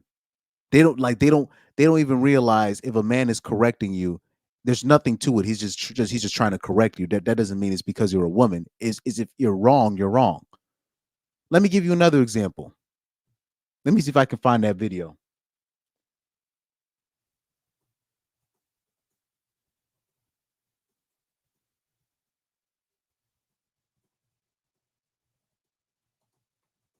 Let me find that video.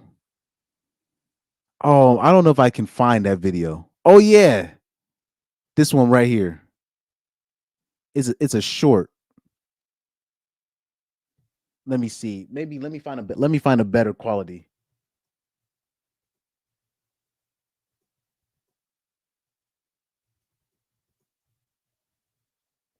And this is the problem that we have. This is the problem that we have. This is a real problem that we have. I don't know if I can find I wish I could find the full video of it too as well, but I don't think I'll be able to do that.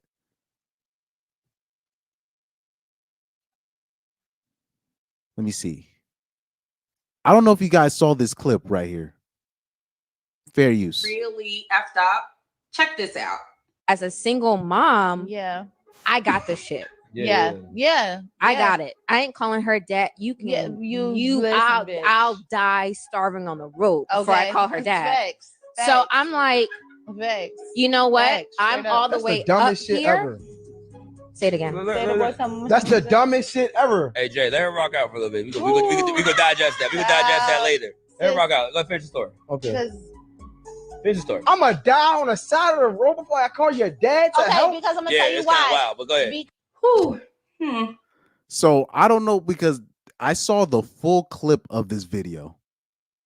I saw the full clip. I saw the full clip of that video where she actually ended up explaining, like the guy in white started to ask, okay, what's your father? What does he take care of the kid? What's going on? And then we find out that she actually has the child's father is actually a great dude. he's actually a great father. But women will say stuff like this and nobody will correct them. No, I'm talking about nobody will correct them. And this is what made it worse in that clip. If you notice, you saw the male simp in the middle. He's like, let it rock out for a little bit. This is the problem that we got. This is the problem that we got. We got these male simps that will not correct them at the time because they're trying to smash. And women will say stupid shit like this, right? And mind you, the reason why I'm having problems with women now, in terms of women don't like me now, is back in the day when I was in high school or middle school, if a dude were to say something stupid, right? Or really, I was really non-discriminate anyways, but I'm actually not. But if I hear something that makes no sense and it just bothers me, I'm going to ask him in the public, wait a minute, what you said didn't make sense to me. Can you make it make sense to me? That's what I will do. But the problem is you can't say that to women. So I will ask a question from a woman and be like, well, what you said, it sounds like you're capping. But when I do that, it's a problem. Then it's you hate women. Then it's you hate your mom. Then, right? It's like you can't question these people. Do you know how many times I don't heard women say similar stuff like this? Oh, my baby daddy ain't nothing. I'd rather do this. And you'll hear them talk cash money ish about the baby father. And meanwhile, the woman is the guilty party the whole time. Let me give you guys a story that I know. This is a personal story. I don't think I've shared this yet. But first, before I share the story, before I go to story time, let me check some of these chats. Oh, Lorette, I know what you're talking about. That's the clip that you sent me. He followed the protocol today and she got angry and threw the water in his face, but he never lost frame. Yeah, I saw that. And by the way, guys, there's a video of that. So he was, I guess, explaining the facts and doing what he usually do. The woman got mad. She threw water in his face and he didn't even do anything. And she left the show. Now, guys, do you know how old the woman was that threw the water in his face? Do you know how old the woman was? She's 36. She's 36. The woman is 36, and she doing that middle school shit, throwing water in a dude's face because she mad at him. This is stuff like middle school girls do. But like I said, the games, it don't matter how old the woman is. It don't matter how old the woman is. It's either she's mature or she's not. It's either she was raised a certain way or she was not raised a certain way. I saw because I remember seeing. I'm like, they're saying that the woman was 36, and the worst reaction that he got, the most immature reaction that he got from the show was from a 36-year-old woman. Let that sink in. I don't know if I could show that clip. Let me see. Yeah, I those shows with the panels with the open. I think they should. I think they should see shows like that. Not primarily, but I think it is good for them to see stuff like that. But I do laugh when it'll be dudes be like, or it'll be girls be like, you only bring these type of girls on this show. I'm like, well, maybe those type of girls only exist. I'm like, have you guys ever thought about it that way? Yeah, like Young Doka said, there's too many let her rock out type of men out there. Yeah, there's way too many. It'd be people I know and respect. Way too many. And then meanwhile, I'll say one thing wrong, and these dudes will be going, and some of these dudes will go out of their way to correct me, to make me look stupid in front of people. And then it'll be a broad. It'll be a broad saying something wild, or doing something wild. And I'm like, you ain't kicked this bitch out yet. She about to. Okay. You're just like, wow. Let me say, Young Doka said she said it again because she thought it was gonna back down and not repeat. repeat it. Yeah, exactly. That clip where she was like, I'd rather starve than call my baby's father. And she was like, say that again. So this is a woman that has never even been corrected in her life. This is the scary. So she just thinking they believe their own delusion. So it like this is why even because when okay, so like this is what happens. When you're a man or an older boy, you'll have a sister or a cousin, and you let them win, right? You'll let them have you act like you're play fighting with them, and you act like you lost. I'm starting to think when we did stuff like this, I think that was a mistake. I think because what we would do with the girls, we would let them win, but what we would do with the boys, we would just put the little boy in a chokehold, and we show them who's boss, basically, off rip. So even if we let them win, we could just put that dude in a chokehold whenever whenever we feel like it, right? We'll have a little boy. He think he can fight you, whatever, and then you just be, man, stop. You just grab him, give him a little noogie on top of the head, and he already knows. Oh, I can't beat him yet. I'm not that guy yet. But what we do, because we're men, you have the little girl there, and then you act like you play fight. You act like you you play war with them. You act like you got shot, you lost, you died, or you let them play sports. You let them score on you. I'm starting to think that I don't think we can do that with every girl, every young girl. I don't think we can do that anymore.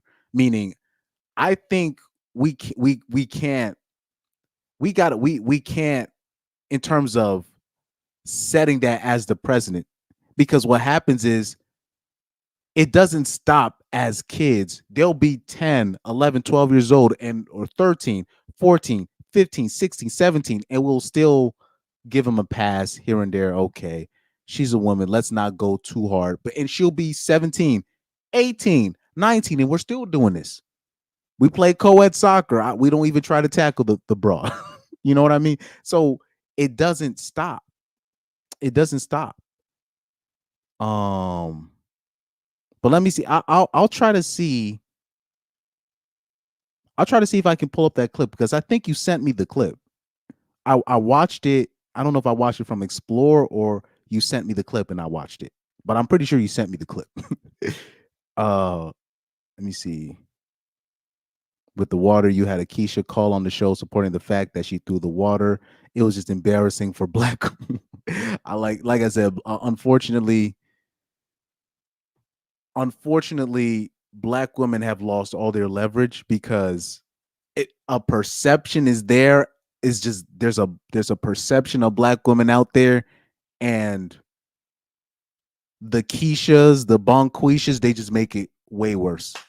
They just make it way worse. So like, even if it's a regular black woman, they already have to fight that stereotype because there's just too many of these hyenas running wild and I'm talking about nobody's correcting them.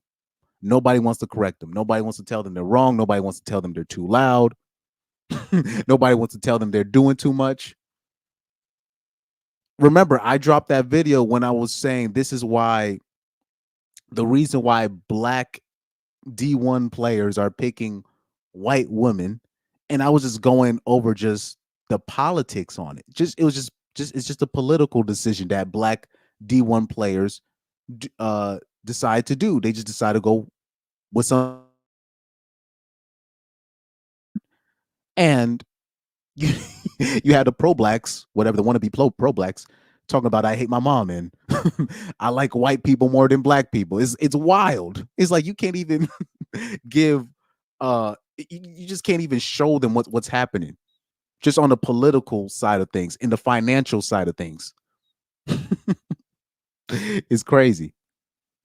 Truth Hunter said a woman once threw water at me in high school, told her just because I made you wet doesn't mean you need to make me wet. That's a great comeback.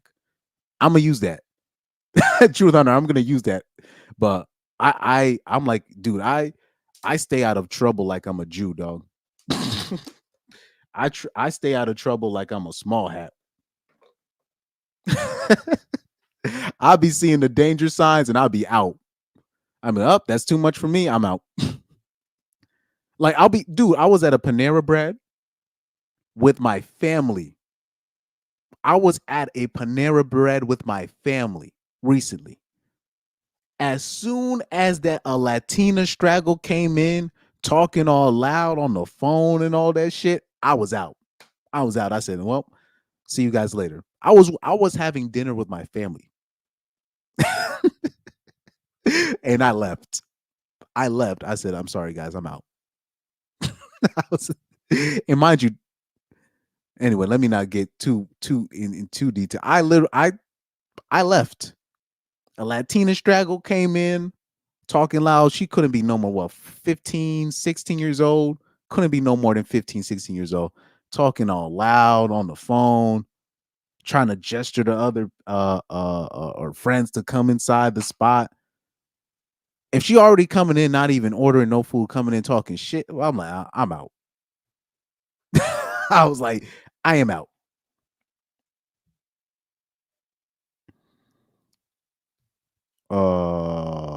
Lorette says, y'all need a new word, delusion. Don't compute to women using that word. Just makes them angry. Oh, I said the paragraph wrong. I was like, what? She said, y'all. So Lorette said, y'all need a new word. She's saying delusion doesn't compute to women using that word. It just makes them angry. Yeah, I agree. So it's almost like, remember when Reaper was talking about just calling them cat ladies, that those shame words and calling them calling women delusional, that doesn't work. It just makes them more delusional.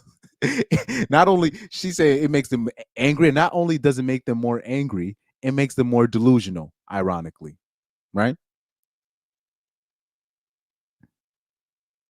Like, yeah, like Pyro, I get the so Pyro said, yes, my homie do be correcting me in front of my niece and be acting out, and gave him that side eye and he looked away. Like, you'll get like one thing wrong in front of your so-called boy or your homie. You get like one thing wrong out of all the things you said right, and they'd be waiting for you to say it right, just so they can correct you about it. Meanwhile, they'll have these broads doing all types. This is why this is why women believe they're just right about everything. Because first of all, you'll have the dudes not only won't correct them, then you have the other specific, because the original dudes, they wouldn't correct women because they just want to keep the peace. So they'll just be like, well, whatever you want, dear, right? Whatever you say, dear. Yes, dear. These guys. Now, because of doing that for so long, they really think that they're right. It was supposed to be a joke. It's supposed to be a running joke, but now women really think that, oh, I'm right about everything. They really think they're right about everything. Like they really think that they can do no wrong. They can do no wrong. Right?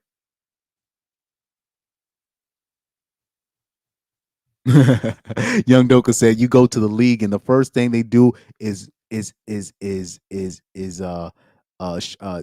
their Cash App. The first thing they talking about, oh, you got Cash App, whatever. They'll find out you're going places and they talk about, oh, you got Cash App. Not, bro. Dude, it boggles my mind as well. It boggles my mind as well, man. It's because they've shown the videos where dudes have opened up and said, like, a black girl finds out I'm going to the league and she already doing nonsense. Or she just goes into full scammer mode. And I'm not saying white women aren't doing the same thing, but at least they'll let you get to the league first before they start asking for money. They at least let you achieve the dream before they ask for the bag, because they know once they ask for the bag, then it's going to be way more than they're asking for when you're in college and high school. This is why they play their role and then they show their ass until you hit the league. But at least as a man, you get to hit. At least you achieve your dream first before you get robbed. Black women want to rob you before you achieve the dream. It's wild. It's wild. Like they don't even see the big picture. I'm like, you know, you could just be patient and then you could ask. And if you actually stay with him, you actually gonna get more by being with him than trying to scam for for $20, 50. Oh, it's just $20. It's just, and you just like, you just missed out on $1 million by being a scammer. Let that sink in. Man, it's crazy. But anyway, let me see if I can find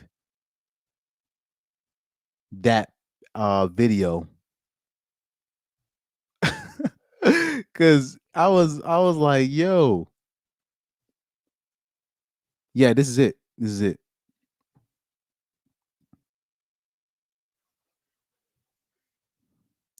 So shout out to this man right here.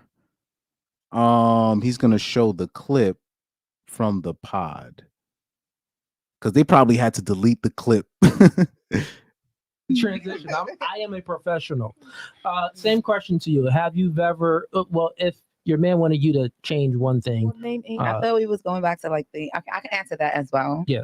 So name one thing a man can ask of you to change without it being toxic or controlling.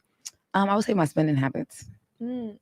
Okay. Like, so like you always ordering on Amazon. He like I was like for another woman or a man. That's a good point. Because she would see him as everything. So let me fast forward to the part where she gets out the seat, I guess, because it's a long clip. Let's fast forward to that part. Uh-oh, here we go. I think this is it.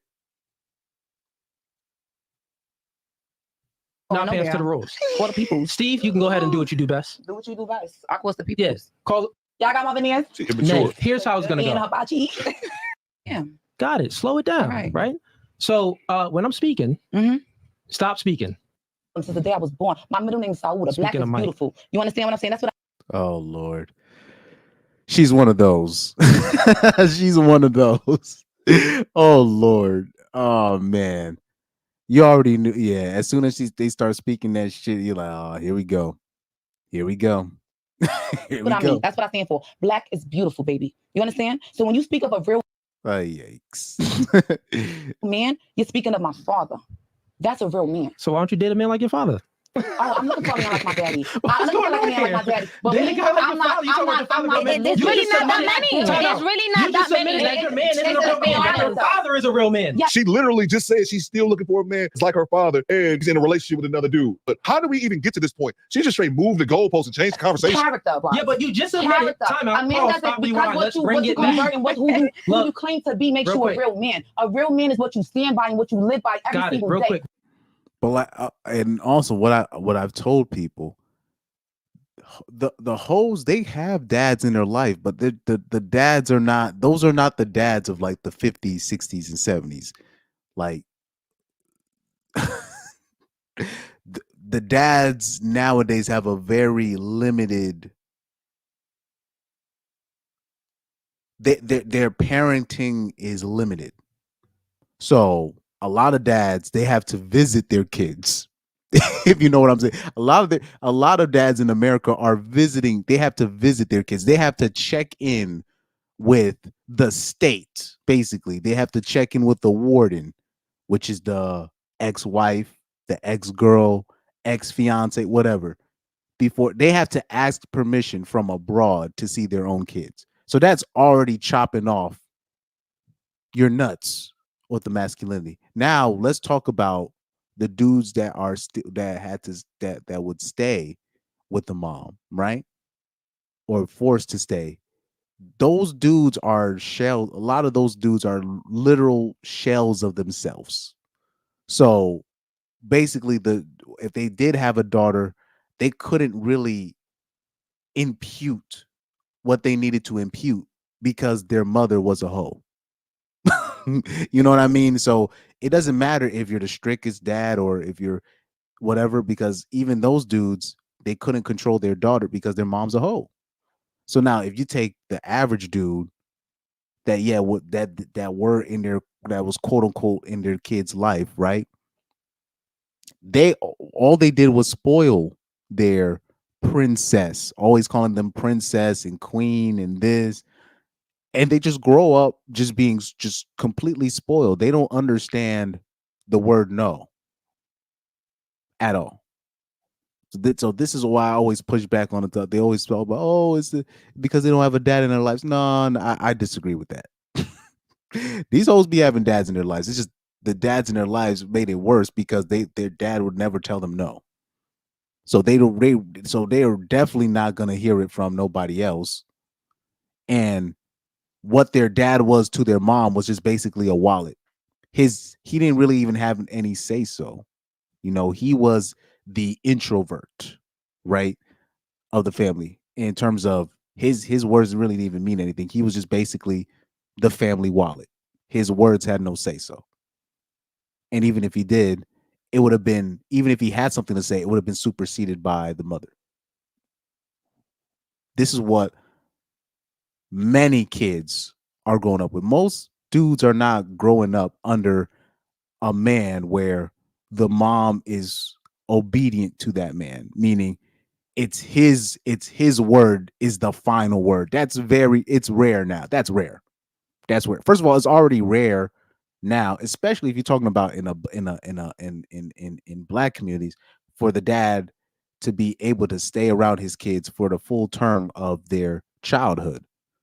That's already rare in and of itself. And then you want to talk about a real, I don't like the term, but alpha male, right? I don't even like that term, but a real like man's man, that's rare. And if the guy like that exists, he ends up dying early from like heart failure or something like that. Anyways, let me see. Young Doka says BWs are like the Nigerian prince scammers, while white women is like when bank steals your money and you never find out. Exactly. That's a perfect way. That's another perfect way to put it. Because the bank is stealing your money too. They just do it. They just do it where you never find out. They just do it very secretly. Exactly. So Lorette says she got a dad like Fannie Willis, the DA from Atlanta. Like Fannie Willis, she's a whole mess. She has a father. They like these hoes have fathers in their lives. It's just the dads are not. These are not the same dads that we saw. Like was it James from Good Time? That the guys like that are not guys like that. If there is a dad like that, those guys are dead. Like, first of all, the stuff that women pull on the average man, if you're a real man, you're not going to stay in that situation with that woman. So most real men actually end up leaving, because if you actually stay in a situation like that where basically your nuts is in the jar, you're basically less of a man at the end of the day, so that's what it is. Let me see. Having to ask women in any discipline being considered abuse really ties men behind their backs. Exactly. Where they have to ask the woman to can I see or can I ask them if I can discipline my own? Like, remember like how, how like in Menace to Society, where you have like Kane, even though those were his grandparents, right? But remember when it's literally he kicked Kane out the house and that was it. The grandmother couldn't intervene. Like in terms of parents like that don't really exist anymore, in terms of where, remember when back in the day where like kids were like disowned, like where a father could like disown a member of the family and it's like he has the final say on it. That doesn't really exist anymore. It's very rare. It's very rare, He said, funny, on Walking Dead, one of the female villains is named Alpha and her literal right-hand man is called Beta. Oh, that they do that on purpose. They're doing that on purpose. South Holland, shout out to you, bro. He said these women would be calling the dads of old abusers because they don't condone the games women play. And you know what's the irony about this? You know how you'll have like like Gen Z women be like, what happened to the men nowadays? Why aren't you like the men from back in the days? Have you've heard like women say this, like, why aren't you guys not like the men? He's like they'll be like, man, these men today, I miss the men of old. I'm like, y'all could not handle the men of old. The men back in the day, bitch, cough the wrong way. He'd be like, all right, I'm off to see my other family. I don't got time for this. You think back in the day, you could even ask a man back in the day where you've been. They'll be out. Back in the day, it was very clear where it was just like where it was very clear what the woman role, what the woman's role. The woman's role was to keep the man in the house because she really had she couldn't tell him to stay in the house. She had to make it where he couldn't leave. So there was more on the onus of the woman keeping the man in the house because the man would just be like, I'm out. I'm out. Literally, like, man would be like, man, fuck, like back in the day. This is why I laugh when women would be talking about, oh man, I want a man from back in the day. These new men ain't it, sis, and all this. I'm like, back in the day, you know what the attitude of men, of like the man's man were back in the day? They were those guys were literally like, what, you go, what are you gonna, you think you're gonna leave me? Man, fuck it, I'll leave this shit first. They'll literally be like, you think I'll give a F about these kids? I'll make another one with another family. Those were the stuff that men would say back in the day. They'll be like, man, fuck this, I'll just make another kid that look just like me. This is the stuff that men would say back in the day, man. Those are the old school type dudes. I'm like, y'all not built for the men that, you know, grandma and you know, our grandmothers had. Y'all not built for that. Y'all would cry. That's crazy. That's why I laugh when women complain about the men today. I'm like, y'all wouldn't, and they talk about how they want a man from the past. And I was like, bruh, the women of the past prayed for the men that we have today, and y'all are abusing these men. This is why now the older women of now are literally like, oh shit, I think we fucked up telling women to do what they do, because now they're looking at these dudes, like decent dudes, being abused, literally abused by the average woman. Let me see. Young Doka says, if the state has you on scheduled time with your daughter, how are you ever going to uphold punishments? As soon as she goes home to the mom will say you do what you want out of spite to the dad. It's not, and not just that. Just to check in with somebody else to see your own kid, that's already a sign of subservience. How can your kid respect you? Your kid can't respect you if you have to check in with somebody just to see them. You're better off just breaking the rules, grabbing your kid whenever you feel like it, and telling them cops, fuck you, arrest me. You'll be seen more as a hero by your kid if you do it like that, instead of doing it quote unquote the right way, where you gotta check in. I gotta ask for permission to see my own kid. This is why I can't have a kid in America. If I do have a kid, I'm either gonna file for full custody, or I'm not going to be a part of that kid's life. Because as you how can you even operate as a man if I gotta ask for permission to see my own kid? No, how can you even be a man? There's no, like, nah. As a man, there's no way you can completely walk in your manhood as a man with a kid, and I gotta ask to see my own kid. No. Either I'm gonna see what I can do to get full custody, and if I can't do that, bye to the woman and the kid, and I'll just make another one. I'll make another one that looks just like me. That's my attitude. That's how I look at it. Just because there's no way you can't operate like a man like that. You can't. How can you operate like you better off barging in? Oh, that's not your time. Hey, kid, you want to? Hey, daddy's home. He's like, daddy, and I'm just gonna grab the kid. We be out, and I'll let you just call the cops and whatnot, and I'll just go out like a G. Now, if you're not willing to do that, you might as well go the other route, just abandon the kid, because if the kid is watching this, where basically where a mom is putting a timer on you, the kid is watching this and he's looking at you like you have no authority. You have no authority.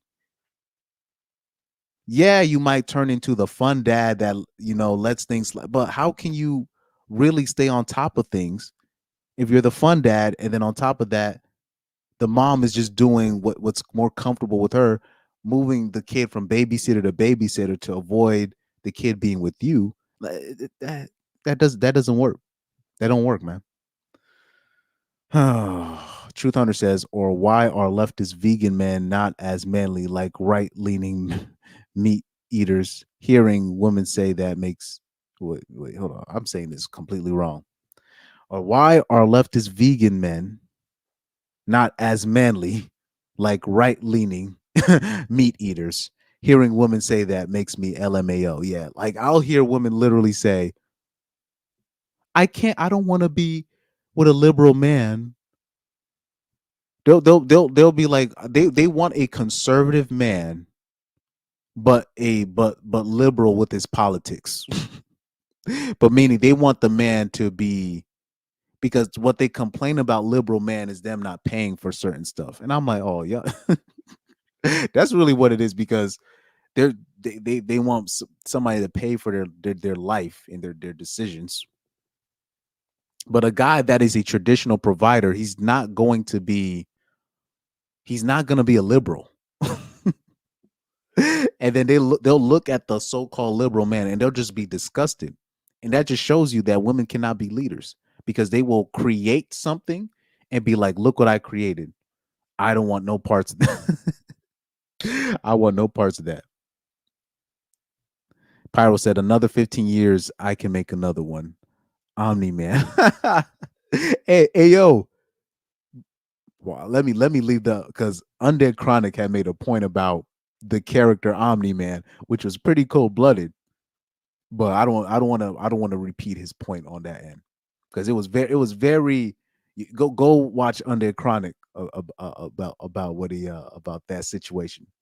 Anyways, that was his theory, and I agree with it. I don't want to repeat his talking point.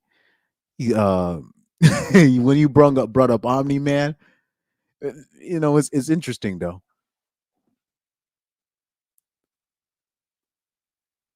I'm gonna leave that alone. You see, Young Doka says women of today couldn't handle the men of the past. Sean Connery, a James Bond actor, was on record saying sometimes you gotta slap a woman to set her straight. He was like Michael B. Jordan for women. Yeah, I saw that. I agree with that. Look what happened to the look what happened to the female boxer, right? What's it, Angela Carini? All of a sudden, she got hit. Now, I believe she went down easy, and she took the easy way out. But it's always interesting when women get hit by men. It's like all of a sudden they understand their position. They understand where a woman's what a man is and what a woman's what a woman is and what a man is. Once they get hit, it's wild. Yo, that's crazy. Young Doka says the way men were allowed to rule their home is now looked at as toxic masculinity. Exactly. That's why I laugh when women talk about what the men in the past. I'm like, a man can't run shit the way he could today, like he could in the past. Like it would literally be considered child abuse. It would be considered child abuse. Yeah. Sean Connery even doubled down on what he said, and women were so happy he died. Well, that's not, that's not surprising. You saw, like, people, I wasn't really shocked when women were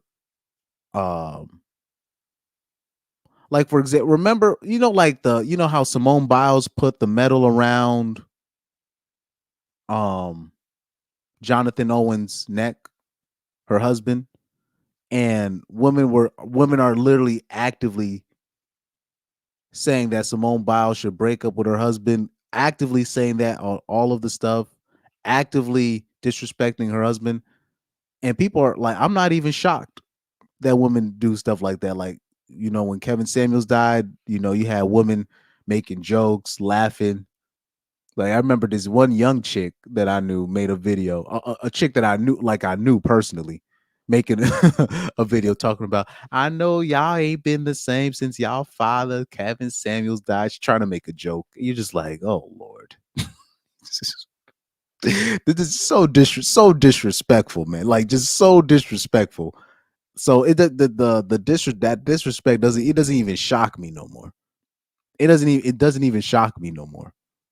And women will, like, I hope women see, particularly black women, I hope women see how women are going out of their way to disrespect Simone Biles Owens, right? Because that's her last name. That's her last name now, right? It's interesting how they're going out of their way to directly disrespect Simone Biles' husband, Jonathan Owens. And she's literally telling the girls, can you please stop doing that? This is disrespectful. And they're like, they don't care.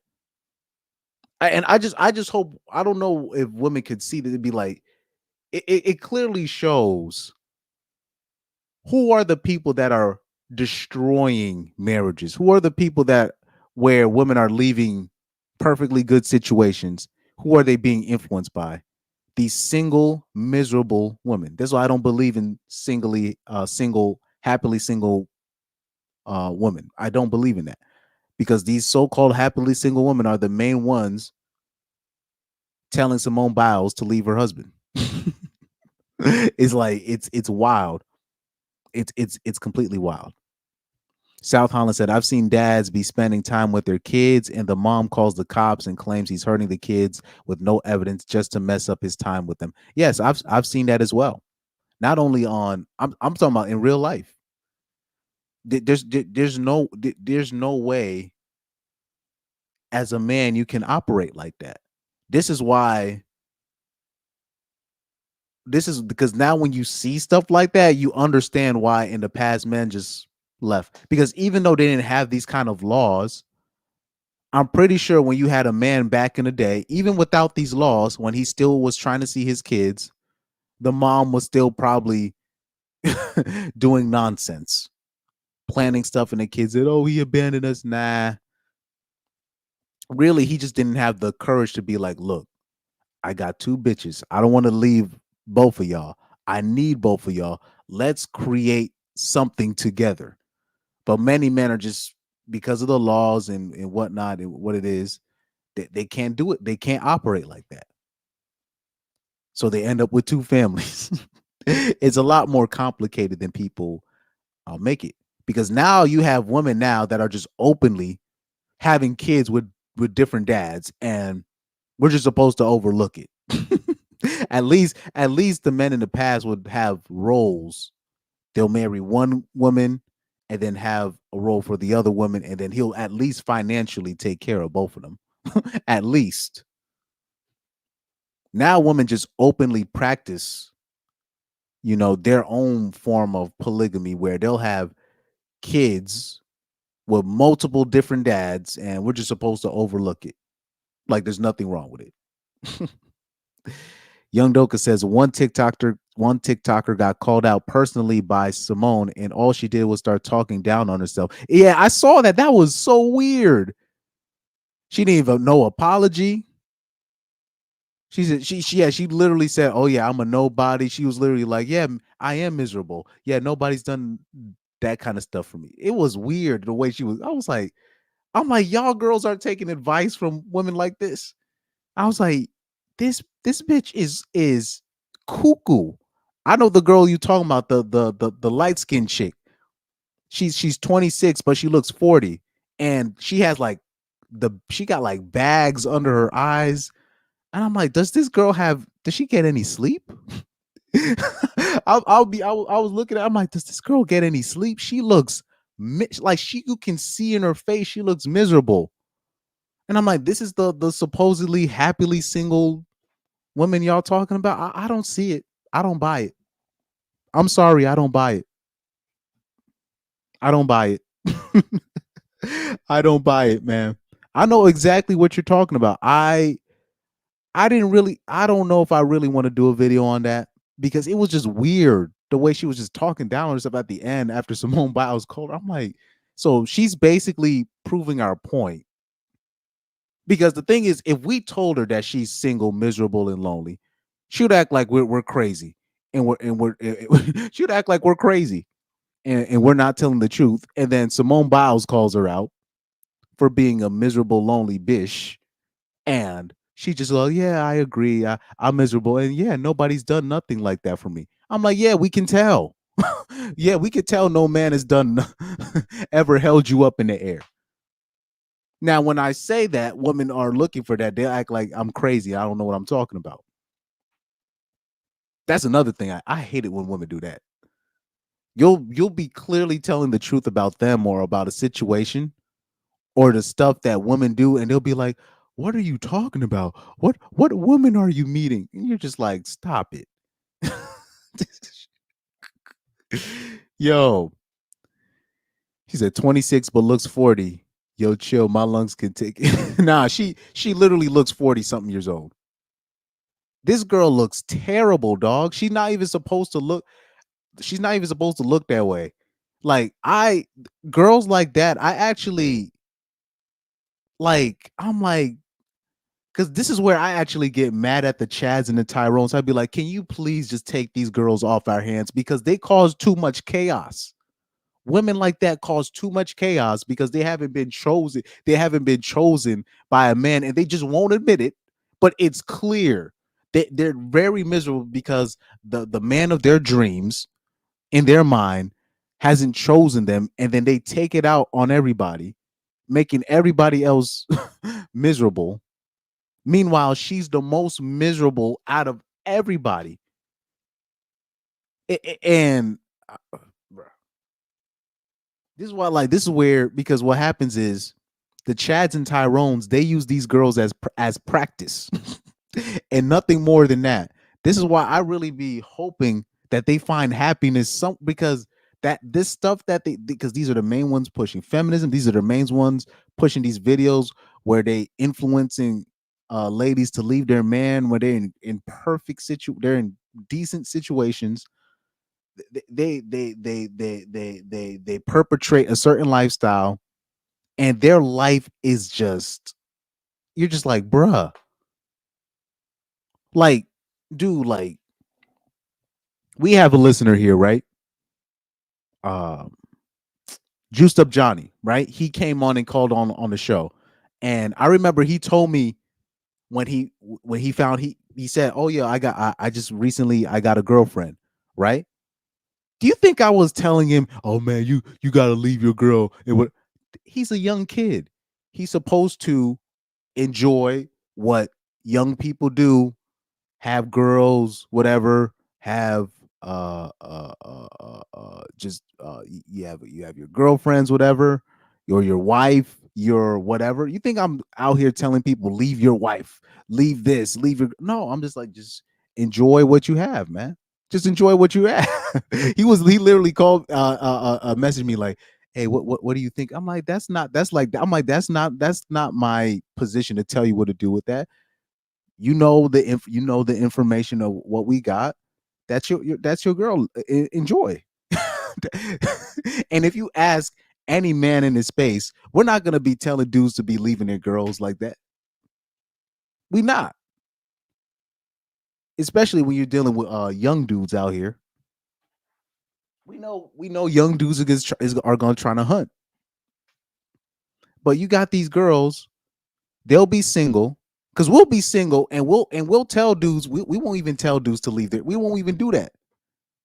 We'll be single and we won't tell our friends to leave. We don't do that. But these girls will have these single, miserable women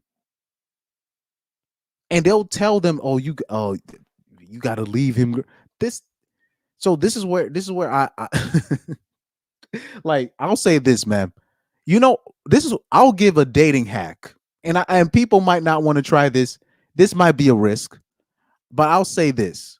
Say if I got tricked into having a girlfriend, like a steady girlfriend. If I got tricked into that. I don't see myself having a steady girlfriend anytime soon because I'm just too much of a dude like this. No.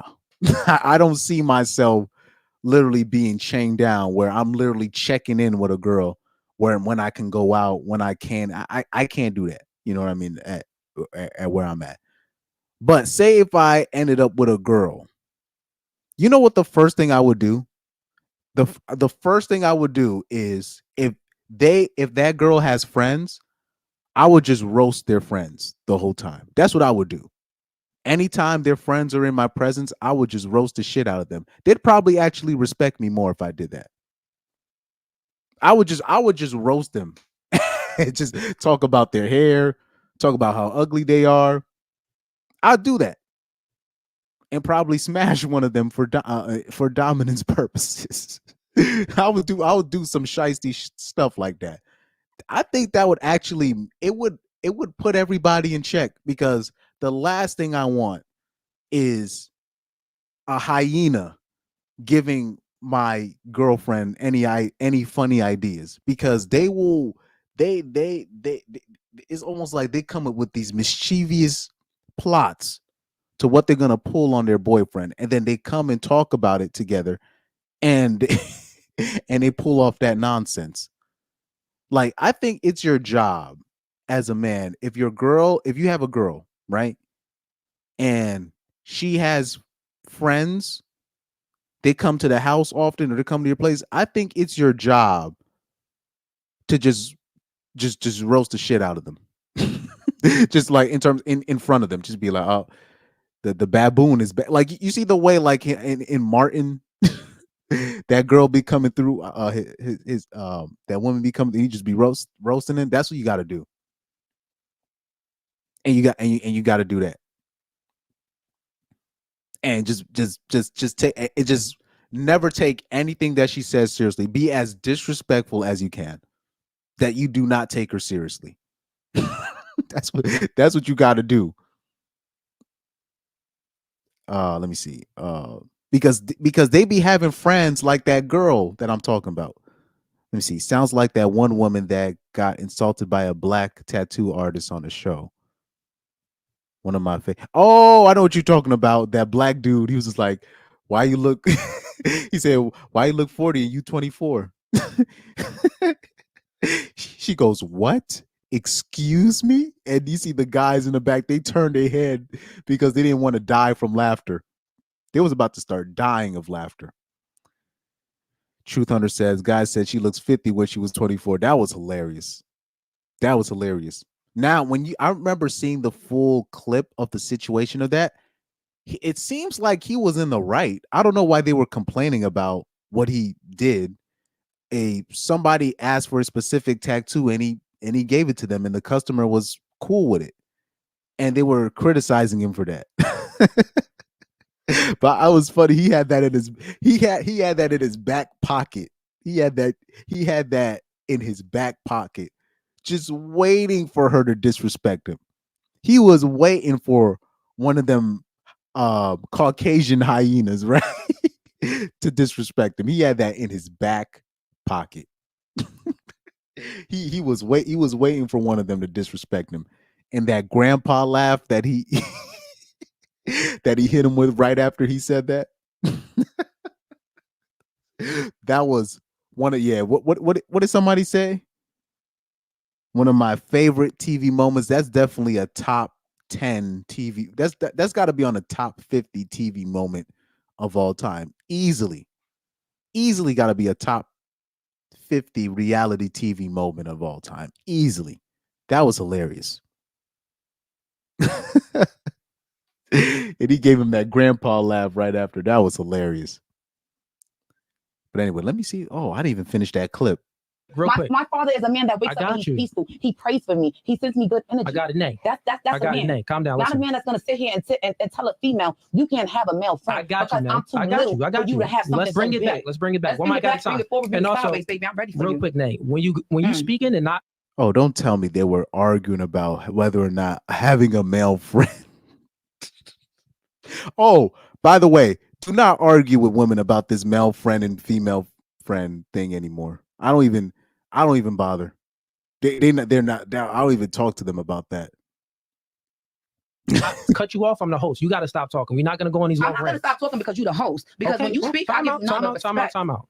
If you're not going to, it's very simple, Nay. If you're not going to, so we're going to sit here. We're going to debate what they do. So this is how particularly BWs of a certain community, not BWs in general, when BWs of that are brought up a certain way, I'm talking about they're not going to stop arguing.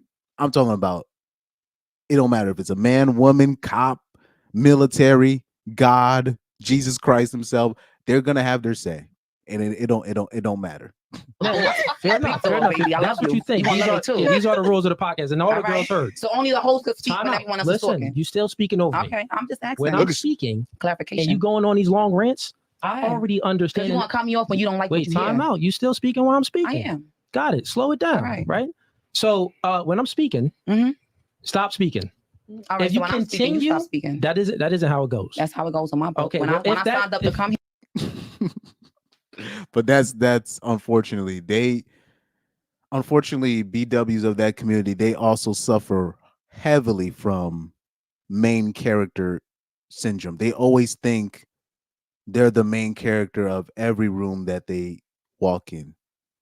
You know, unfortunately, that's Here, got it. And I signed up for me to be on this video. Cool. That's what I signed up for. I didn't sign up to be disrespected. And that's why you don't like men on your podcast. Let's talk about it. No, I explained that in the beginning. No. When did he disrespect her? And this is not the first time I've seen that on No Fugazi podcast. Women will get upset. Yeah, like I said, I don't see he doesn't really be disrespecting women. He don't be calling them hoes or anything. The most he said, I remember he had like a white woman on the podcast. And he said, "Yeah, you."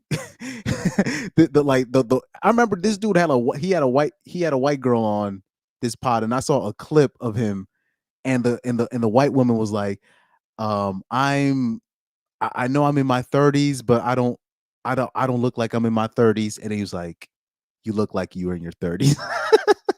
That's probably the most disrespectful thing I've heard from him, and it was to a white woman. And like I said, I really hope, but what happens is like I said, even on my show, I done joked about white women aging bad, talk about Latinas stabbing their boyfriends, Asian women poisoning their husbands, or I'll talk about white women. I'll talk about white women being annoying, death by 1,000 cuts, them being Karens and all that. Them being the biggest scam artists, the biggest chameleons. Especially in the beginning of my show, I barely talked about black women at all. But you'll say one thing about BWs, then you get these dissertations and not all BWs and not all this, speak for yourself and all. You're just like, you know what? Never mind. Never mind. I'll say this, I've barely had any complaints from Caucasian women on the language I've used. And I've talked about them aging like bananas and shit. Even on like I remember even on Undead Chronics channel, you don't see them in the comment section. Right? You don't I'll be talking reckless about Caucasian women a lot of times, and I've barely had any complaints because people find that funny, right? Or if I talk about Latina women being just dangerous individuals, like Latinas are very dangerous. They're very dangerous because of their connections and who they be around. They be getting people killed, anyways. And then I'll talk about Asian women and whatever and what they do, and I don't get no complaints until I start talking about black women. then it's a huge problem. Then it's I hate my mom, right? And all this nonsense. And oh, you think white people are better? You think you have it better in this? And you're just like, dog, you know. But so I hope this woman, this 36-year-old woman, I hope she doesn't go on that tirade talking about, oh, he doesn't like black women. I hope she doesn't do that. But that's usually the move. That's usually the move when when a BW gets kicked off a podcast, then she goes on Twitter talking about the person doesn't like black women. That won't have a foot to stand on, and they'll try to justify their bad. Got it. You just admitted that Don't invite nobody on your podcast. You just admitted that your man ain't that man, that your father is that man. No, he is that man. No, he ain't. Your man isn't that man. You just admitted that. I don't have to cheat with him to go with other men. A female is different. You let other people, other human beings explore your sexuality. If you can't. Did she just say I'm a bisexual as well? Oh Lord, she's one of those. She's one of those, but I guess this is the part where they had to take her off. I don't know. I didn't for the same respect he gave me. Am I being disrespectful? Steve. No, I spoke what I spoke. I understand that, but come on. I spoke what I spoke. We don't gotta do that. Because if I was okay, kiki with him, he wouldn't have a problem. Let people talk. He let you talk with him. And I let him talk. The whole time he spoke, and that wasn't it for him because y'all his people. I'm not moving. Chat, we live. We do a live. Nay. Put it on one, Steve. Nay. Nigga call the cops. No, Nay, it's not right. That's unfortunately when you have one of these let me be nice. When you have one of these wild teens on your show, this is why I'm not gonna have. There's no way I can do a show where it's like me and a bunch of. There's no way. Not on my platform. Definitely not on my platform. I don't know if I'm gonna have to be on somebody else, and then they might sneak me and say, "Yo, you gonna do a show with a bunch of broads?" I'm not gonna do that. I'm not gonna do that. Especially when I told you that story when I was on my cousin's podcast and he had them two broads on, and they were about to fight me for saying I don't want my woman in a male strip club. Like, you can ask my cousin. I said this verbatim. I said those are single women activities. I will not want my girl doing that. There's no way. They were about to fight. I had no idea. They were really about to fight me over this. So no podcast with no with no females. Oh, absolutely not. Because there you deal with this nonsense. It's too much of they're too much of they're too much of a liability. There's too much of a liability.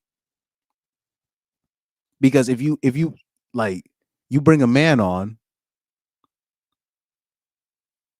like I remember going on seeing one of the Fresh and Fit podcasts, and I remember this dude, he was drunk on the show, and Myra told him, "Yo, get the fuck out." That dude left expeditiously and quickly. You know why? Because we know, we men, we fight, or gunplay could get involved. So we make sure we don't even do that. He said security is slow. Yeah, like, you know. I didn't offend nobody. I didn't put my hands on nobody. I didn't threaten nobody. Oh yeah, by the way, if I do get a security guard, I am going to, if the laws stay the same, I am going to hire a trans female guard. Or I am going to hire one of those intersex female guards. The one, what's that girl name? The female boxer with the XY with the XY chromosomes. What's her name? That I just did the Khalif. What's her name? I'm gonna get one of them broads as my bodyguard. I'm not gonna get a female bodyguard. I'm going to get one of those borderline men that identifies as a female as a bodyguard. Because if one of these broads start acting up, the he she is gonna take care of that expeditiously without prejudice. And what you gonna say? Oh, I'm a woman. No, he or she is a woman as well. In fact, he or she is both. I'm gonna hire that Algerian woman because she's basically intersex. But the thing is, she's from Algeria, so when she was born, they probably couldn't say stuff like that out loud. So because she was born with the original parts, they're just saying, okay, this is a female. Even though she was born a little bit differently even though she was born with a condition where she can produce more testosterone than the average woman. So I would hire somebody like that as my bodyguard, an intersex person to do what she needs to do. Somebody that can identify as a woman. But that's really, you know what I mean? Yep, a transformer security. If we're gonna keep these same rules that we do, if we gonna keep doing this nonsense, because a female security guard, that's not gonna do nothing. Because I've heard people say, yeah, you got to get a female security guard that is about that action. And I know there is a female security guard that I would hire, that I know, from Hamden, from Hamden, Connecticut, that I will go. I know where she works at. I would hire her because she's a big girl, but I'm not fat, meaning she's like she's built. She could beat people if need be. I believe she could, but she's like stoutly built. She's legit like 6'6", 6'7". She damn near. I'm talking about she's taller than 6'4". I know that, like, she was tall, dog. She was tall, but built. I was like, oh shoot, I'm gonna hire her, maybe. But that's the only. But like, if you're gonna hire a female security guard, it can't be no regular bitch. Nah, that's just you're wasting that's a waste of money right there. I'm gonna hire that girl that I saw at that at that club I was playing at. I'm gonna hire her, or I'm just gonna hire a transformer security guard. That's what I'm gonna do. Laurette said, your security team will be amazing and modern. Facts. Oh shoot, it's 11:13. The Corey Holcomb show about to start. Let me see something. Let me check something real quick, guys. Let me check something on my YouTube. Corey Holcomb show should be starting in a little bit. Okay, it hasn't started yet. Oh, I got time. They starting late. But anyway, let's finish the video. I completely forgot about that. He said, I knew you were gonna say say a trans security guard. Yep. Trans dating coming soon. Just watch. Nah. I don't think people are gonna take it that far.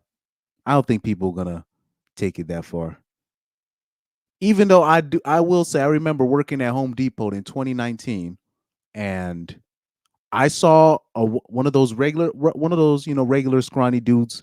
He came in he had a transformer as his quote unquote girl, and he was walking in Home Depot with the thing. I was shocked.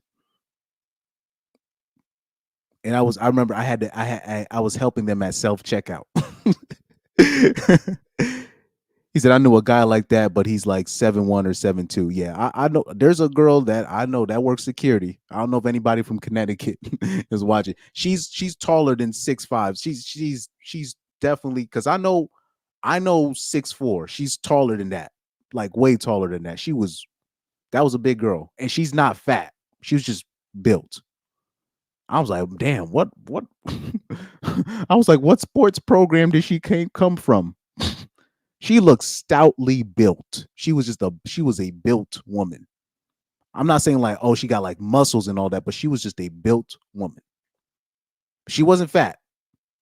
She looked like she could sprint. Like, she looked like she could legit sprint. She looked like she could do combat.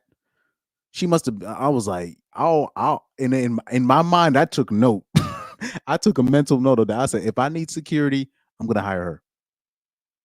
Because I don't think, because even like there's people take advantage of the male security guards because a lot of the male security guards, they're a lot nicer than people give them credit for.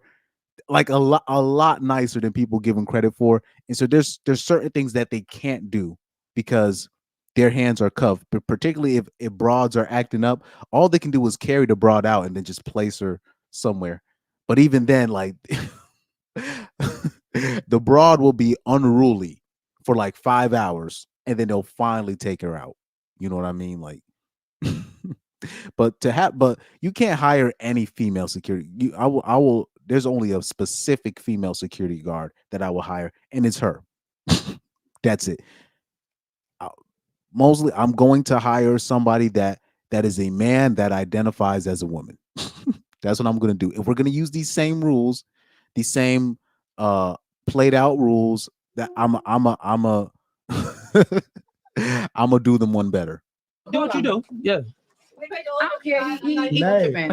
But we know his Hey, it is what it is. Nah, I'm good, mama. I'm good, mama. Don't touch me, mama. I'm good, mama. Don't touch me.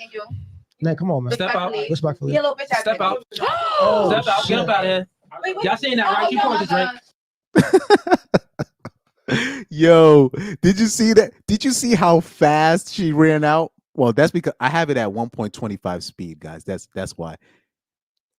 Okay, guys, I have it at 1.25 speed. That's why it looks so fast when she ran out.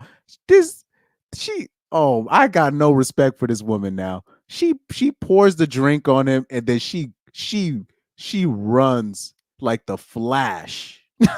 She runs like the Flash after pouring the drink on him. Watch. Step out. Respectfully. Step out. Oh, Step out. Get up out of here. Y'all seen that, right? You poured the drink. It's all good. We do it live, chat. We do it live. Both of y'all. It's all. No, I'm fine. Listen. Listen. What? You're trash. That's. She said, "Oh, my baby father is this and blah blah blah." Okay. See, this is the danger because this is the danger. You see how she mentions her baby father and this and blah blah blah. Now, unfortunately, she's going to tell her baby father a whole different story about what happened. Like I said, people want to talk about Emmett Till and what happened with the woman falsely accusing him. We got plenty of Emmett. What's the woman's name? That accused Emmett Till of that nonsense. We still got plenty of those women running around there of all races, of all races. Because she's gonna tell her baby father a whole different story, and then the baby father's gonna pull up hey, I heard you do this and all this nonsense, and somebody can get hurt over this. Somebody can get hurt over this, even though she was the one causing the drama. And this is what a lot of women like this do. This is why I can't be involved with that. I cannot be involved with that.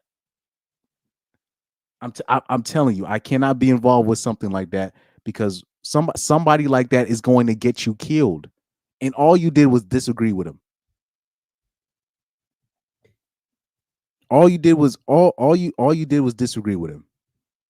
Now, one of the main reasons why this guy is composed and he keeps his cool. Another part of that is he has a family. He has a wife. He has a kid at home. The last I checked, he has a wife. He has a kid at home. He can't be crashing out over no 304s. He's trying to take advantage of this market. You know what I mean? Do his thing. Get the hoes on here. Talk that talk. Be cool and chill. Talk logic and get that podcast money. That's what he's trying to do. So he's not trying to make it more than that. You know what I mean? So he's trying to keep it cool, but also appeal to the logic side because he knows there's a market for that. But that's one of the main reasons why that he's not trying to crash out as well. Let me see. Let's check the comments. Shout out to the Do Better podcast. I've seen him grown a little bit. He says she's 36 and understand intersexual dynamics. Insane. Oh man. He said the guy she's with is lame as F. Fact.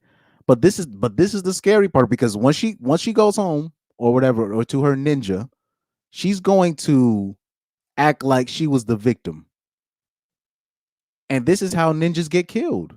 This is how men get killed, where the woman will start some stuff. He did nothing to her. And then you got remember, okay, guys, remember this interview? Hold on for a sec. Cat Williams, Wanda Smith. Do you guys remember this interview? Red Grant. I mean, remember this? Remember that thing? Do you know that Cat Williams could have lost his life over this? Because Wanda Smith's husband pulled up on Cat with a gun, or what he said, a gun allegedly dropped with that bull, with that BS. You know, Cat Williams could have lost his life over roasting Wanda, even though she started it. This is why men they try to keep it at arm's length when you're dealing with women, because what happens is they can't take a L. So Wanda Smith's husband pulled up on Cat Williams after getting roasted, and he could have gotten shot. He could have gotten hurt. And whoever Cat Williams' security was that night was definitely not doing their job. But Cat Williams could have gotten killed over this, over a simp. Because women know who to choose, right? Women know who to choose. They know. Oh, if I get this guy, I know he's gonna crash out. He don't play about me and all this nonsense. You ever hear women talk about, I don't want a thug, but I just want a guy that don't play about me. Oh, I'm meaning you're a troublemaker. Oh, you're a troublemaker. I got you. He don't play back. My guy don't play about me. Oh, really? That's all I need to hear from you. That's all I need to hear from you. But you know, Cat Williams could have lost his life over this, because he roasted Wanda Smith. but I'm gonna tell. He didn't call her bitch. He didn't call her a hoe. He just got her. He just roasted her. Just got her good. Went viral. Wanda Smith couldn't take that L. Wanda Smith's husband pulled up on Cat with a gun. You don't what kind of, this is one of the greatest, not only greatest comedians of all time, this is one of the greatest entertainers of all time, one of the greatest, most respected people in the Hollywood game, even by his enemies, because he does things his way. You don't pull up on a guy like Cat Williams with a gun. What kind of stuff is that? But when you're dealing with a particular group or demographic of people, they will put their men to do stupid stuff like this. You know, this is the danger of this, man. This is the danger. It's all Jermaine's fault. It's all Jermaine's fault. He said, and her ninja won't have time to review the actual tape. Exactly. Because this this is why I be trying to tell. This is why I tell people, don't even get yourself involved, because most people are not smart enough. Most people are not patient enough to be like, okay, my girl says she went on a podcast and somebody dissed her. Let me watch the tape first before I do anything. They're not going to do that. She's going to say something that he says something crazy without giving no context. He's going to pull up on him, and hopefully he's not with his family during that time. This is the stuff that I fear, particularly with these male podcasters that do these shows with these women, particularly BWs, because they will or Latino women, because they will put their brother or their male simp, whatever, on to do something like that. And we already know these dudes are not even patient enough to watch the tape, or they will be gaslit by the girl. The girl will gaslight him into not watching the tape. Like I said, most of the time when you talking to women about their baby father or whatever situation they got this, all you need to do is ask him 2 or 3 questions and their whole story falls apart. Max, most of the time it only takes 2 questions. And they will start gaslighting you. And you're like, oh, okay, I got it. I got it. I let them finish their story and I don't even like women will call their baby, like, for example, like women will talk about this dude. They'll say that he SA'd somebody. And then they'll be talking about, oh yeah, but then I was in the car with him the next day. You're like, wait, what? You saying he's a SA'er, he's a grapist, but you're hanging with him the next what? All right, that makes sense. that makes sense. Yeah. They choose exactly. Truth Hunter says they choose the wannabe gangster simps. Exactly. And women know who these people are. The reason why a lot of you guys are struggling, I'm not talking about you guys specifically, but just me in general or other dudes. A lot of the times the reason why you're struggling dating wise is because you're not willing to crash out, which is good. Which is good. But these guys that be trying hard, that be, oh yeah, I'm a protect you and all this stuff. So we don't, guys like us, we don't do stuff like that. So we'll struggle. We'll tend to struggle in the dating market, meaning we won't hold a girl won't. We're not usable. We're not usable idiots. This is why a lot of men struggle on the dating market because a lot of them are not usable idiots. So they'll figure out that we won't fall for nothing like that. Like, or they'll find out that I do content like this, or they'll find out they will hear me talk and they'll realize, oh, I'm not finna crash out over you. So they'll be like, okay, I can't use him. Like I tell dudes, all pussy is not good pussy. I don't even if you're just hitting and dashing, that might be you hitting and dashing might be the worst mistake of your life because she's connected to all these male simps that they can just summon like Shadow Khan from Jackie Chan Adventures. Like you don't want to put yourself in a situation like that, man. You do, like I'm telling you, don't want to put yourself in a situation like that. Because I'm talking about these. They can it's like they're able to summon simps like Shadow Khan. It's scary. Like you'll say something about one girl, like even when I was in middle school or elementary. Like I remember or you'll like say I remember I said something to a girl. I don't remember what I said. I probably was guilty. I was probably guilty. I probably said something mean. And then all of a sudden I see dudes coming out of nowhere. Hey, I heard you trying to come at me aggressive. I heard you said, I'm like, where the fuck did you come from? I used to be like, where did you even come from, man? People that used to run up on me like that. I used to be like, remember that Family Guy scene where those guys were talking about the horse with the long face, and then the horse came out and nowhere, hey, screw you guys. And they're like, whoa, hey, that be me. I'll be like, whoa, where these simps, where these dudes come out, where they come from? You guys got to be careful out there, man.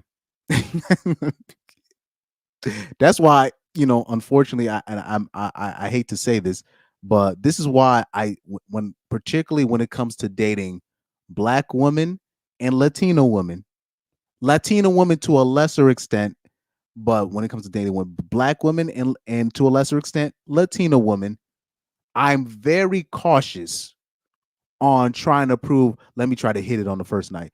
I'm very cautious on that, or in terms of I'm trying to vet while I'm with that person, because I'm trying to see if, okay, do they have a baby father that I don't know about? Do they have a kid?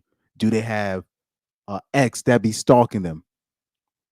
Because I be trying to coax them into admitting certain certain things, and then I'll be out here. Oh yeah, sometimes my ex stalks me, and they think it's funny. I'll be like, oh really? All right, and then I just quickly make my exit from there, and then I just block the number. Boom, right? I don't need to deal with that no more. Because they think that shit's funny. I'm not putting my life on the line for for you. Please. There are prostitutes in Colombia that that are way prettier than you. I'm not putting myself on the line for you. Let me see. You see a troublemaker. Oh yeah. It went that far. Yes. Yep. And now Cat Williams didn't press charges, but everybody knew what happened. Everybody in Atlanta knew what happened with that situation. And that's why Wanda Smith got fired from that station, because it got that far. Because it was not supposed to go that far. And when they found out and Wanda Smith's husband official story, I was chasing Cat, but my gun dropped. What? I was like, oh wow. They just think we stupid. I'm like, they just think the police and the people involved are stupid. I'm like, you lucky Cat didn't press charges on your dumb ass. This nigga said he chased Cat, but my gun dropped. But I didn't pull up with Cat with a gun. What is wrong with these people, man? A troublemaker. Yeah. And that's what I'll be actually calling them troublemakers, and they be laughing. I'll be like, oh, that's all I need to know right there. That's all I need to know right there. He said it only takes one question and their story falls apart. That's all it takes, really, one question. Let me see. Young Doka said it reminds me of a clip of the wife at a football game in the stands trying to fight another guy. Then her simp husband comes in there and he gets knocked out. I saw that. It was that black dude. This gotta be the dumbest white bitch on earth, talking crazy to a ninja at a football game where alcohol is involved. Everybody got cameras. Everybody see that it's you. You're in the wrong. She got her simp husband knocked out. What is wrong with these people? Like, oh, like they I'm like, bruh. Like, I remember, dude, I felt guilty. Do you know, bro? Like, do you know, like, even me, there was a female relative I brought with me that I was bringing with me to some of my pickup soccer games, and I felt guilty that I was yelling at this dude because I forgot where I was. So I did, because you never know how some people are gonna take it. You never know, a fight's gonna happen. And meanwhile, I'm responsible for this female relative. I'm responsible for this person. Now, so what something, a fight happens or whatever, and I lose, or he loses or whatever, and then something I don't over a pickup game. And I felt guilty about that. I was like, you know what? I fucked up because now I made myself look bad. And now I can't just bring her like this. But these people will go in real life and really think it's smart to argue with some ninjas that they don't know. Wow. That is crazy. I saw that video. I was like, this was the Steelers game. Like that, I'm like, these people, man. Truth Hunter says, been there last year. Let me see. Been there last year at school. Refused a woman. She lied to some guys. Had like 3 fights in school and 1 outside of school at a basketball court. That's I feel sorry for you on that end. Because that's all it. But people don't understand. That's all it takes. You gotta just turn down the broad. And then she'll tell the dude something crazy, like you told her fuck off or something. Like, I'll tell you, in my situation, I remember something didn't work out between me and a girl that knew my cousin. Now, what I ended up doing is because she flaked on me three nights in a row,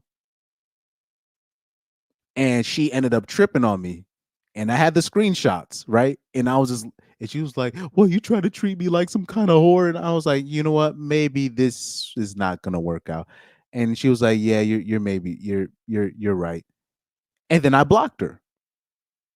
Now, I don't like. Then I ended up meeting up with my cousin again, and I don't know what story she told my cousin. She told my cousin something crazy, saying I was emotional. I was doing this. I was like, I never even called her. Everything was via text.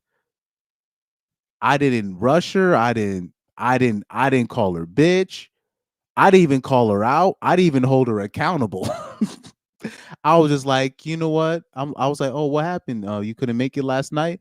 Oh, and blah blah blah. And why are you trying to get me in the hotel? And you think I'm a whore and all? And I was just like, you know what? Maybe this. And I said, maybe this is not going to work out. And then she said, I agree. And I was like, okay. And then I just blocked her after that. Now, I don't know if she's just not used to ninjas blocking her like that. But I don't know what she told my cousin. My cousin came back with like a crazy story about me. I was like, none of that happened. I was like, yeah, she's wild. Mind you, the woman I'm talking about, she was in her 40s. This is the remember the woman I was talking about, the one woman that was over 40, I gave a chance. That was a massive mistake. I will never do that again. But she told my cousin crazy. And I'm like, this is something that like kids do, like teenagers do. But like I said, the games don't stop. The games don't stop no matter the age. It doesn't stop. The games do they don't stop. Rocky Martin, I was like pros in Colombia. Yeah, there's no dude. Even the most bust downs from Venezuela are way more cooperative. Way more cooperative. I'm talking about you're not even attached to them, and they won't even put you in that. Like the games that American women play is like they're not even qualified to do this kind of stuff, and you're just like, I really don't need this. I could leave all of this. I could leave all of this.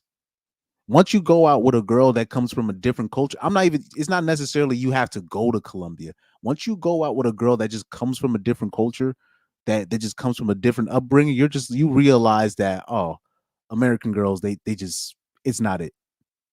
American girls, they ain't it.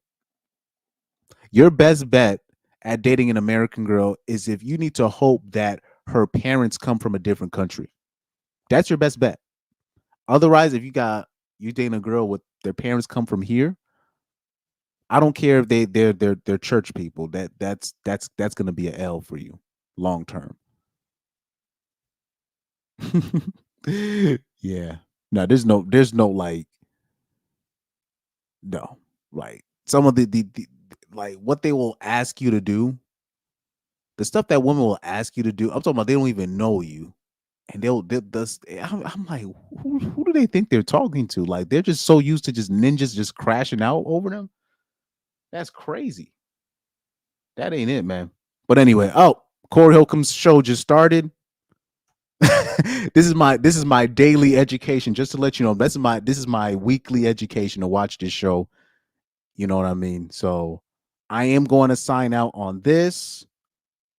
You already know what I thought about Kehlani. Kehlani is the average dyke, by you know what, Hannah Baker type, you know what.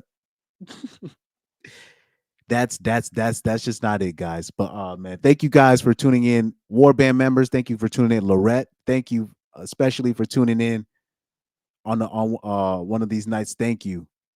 Rocky, my guy, thank you. Truth Hunter, the usual suspects. Stacy doesn't care. I remember seeing you, I think, on one of the sports streams I did. But thank you for tuning in. Young Doka, Pyro, everybody else, thank you. If I missed anybody, my bad. But man, thank you for tuning in. You know, don't trust the Kehlani type. Don't trust the Kehlani type, especially. This is more of a message towards black men because black men tend to be very attracted to the Kehlani types. Though the Kehlani types are going to lead to disaster, and a lot of time it leads to ninjas getting shot. That's a whole nother story for another day. Oh shoot, I didn't even talk about R. Kelly, but we already know what's up with that. So yeah, I'll talk about R. Kelly another time. I will open up. I got to change the title of the stream then. But I will talk about R. Kelly another time then on him getting free. But man, thank you guys for tuning in, man.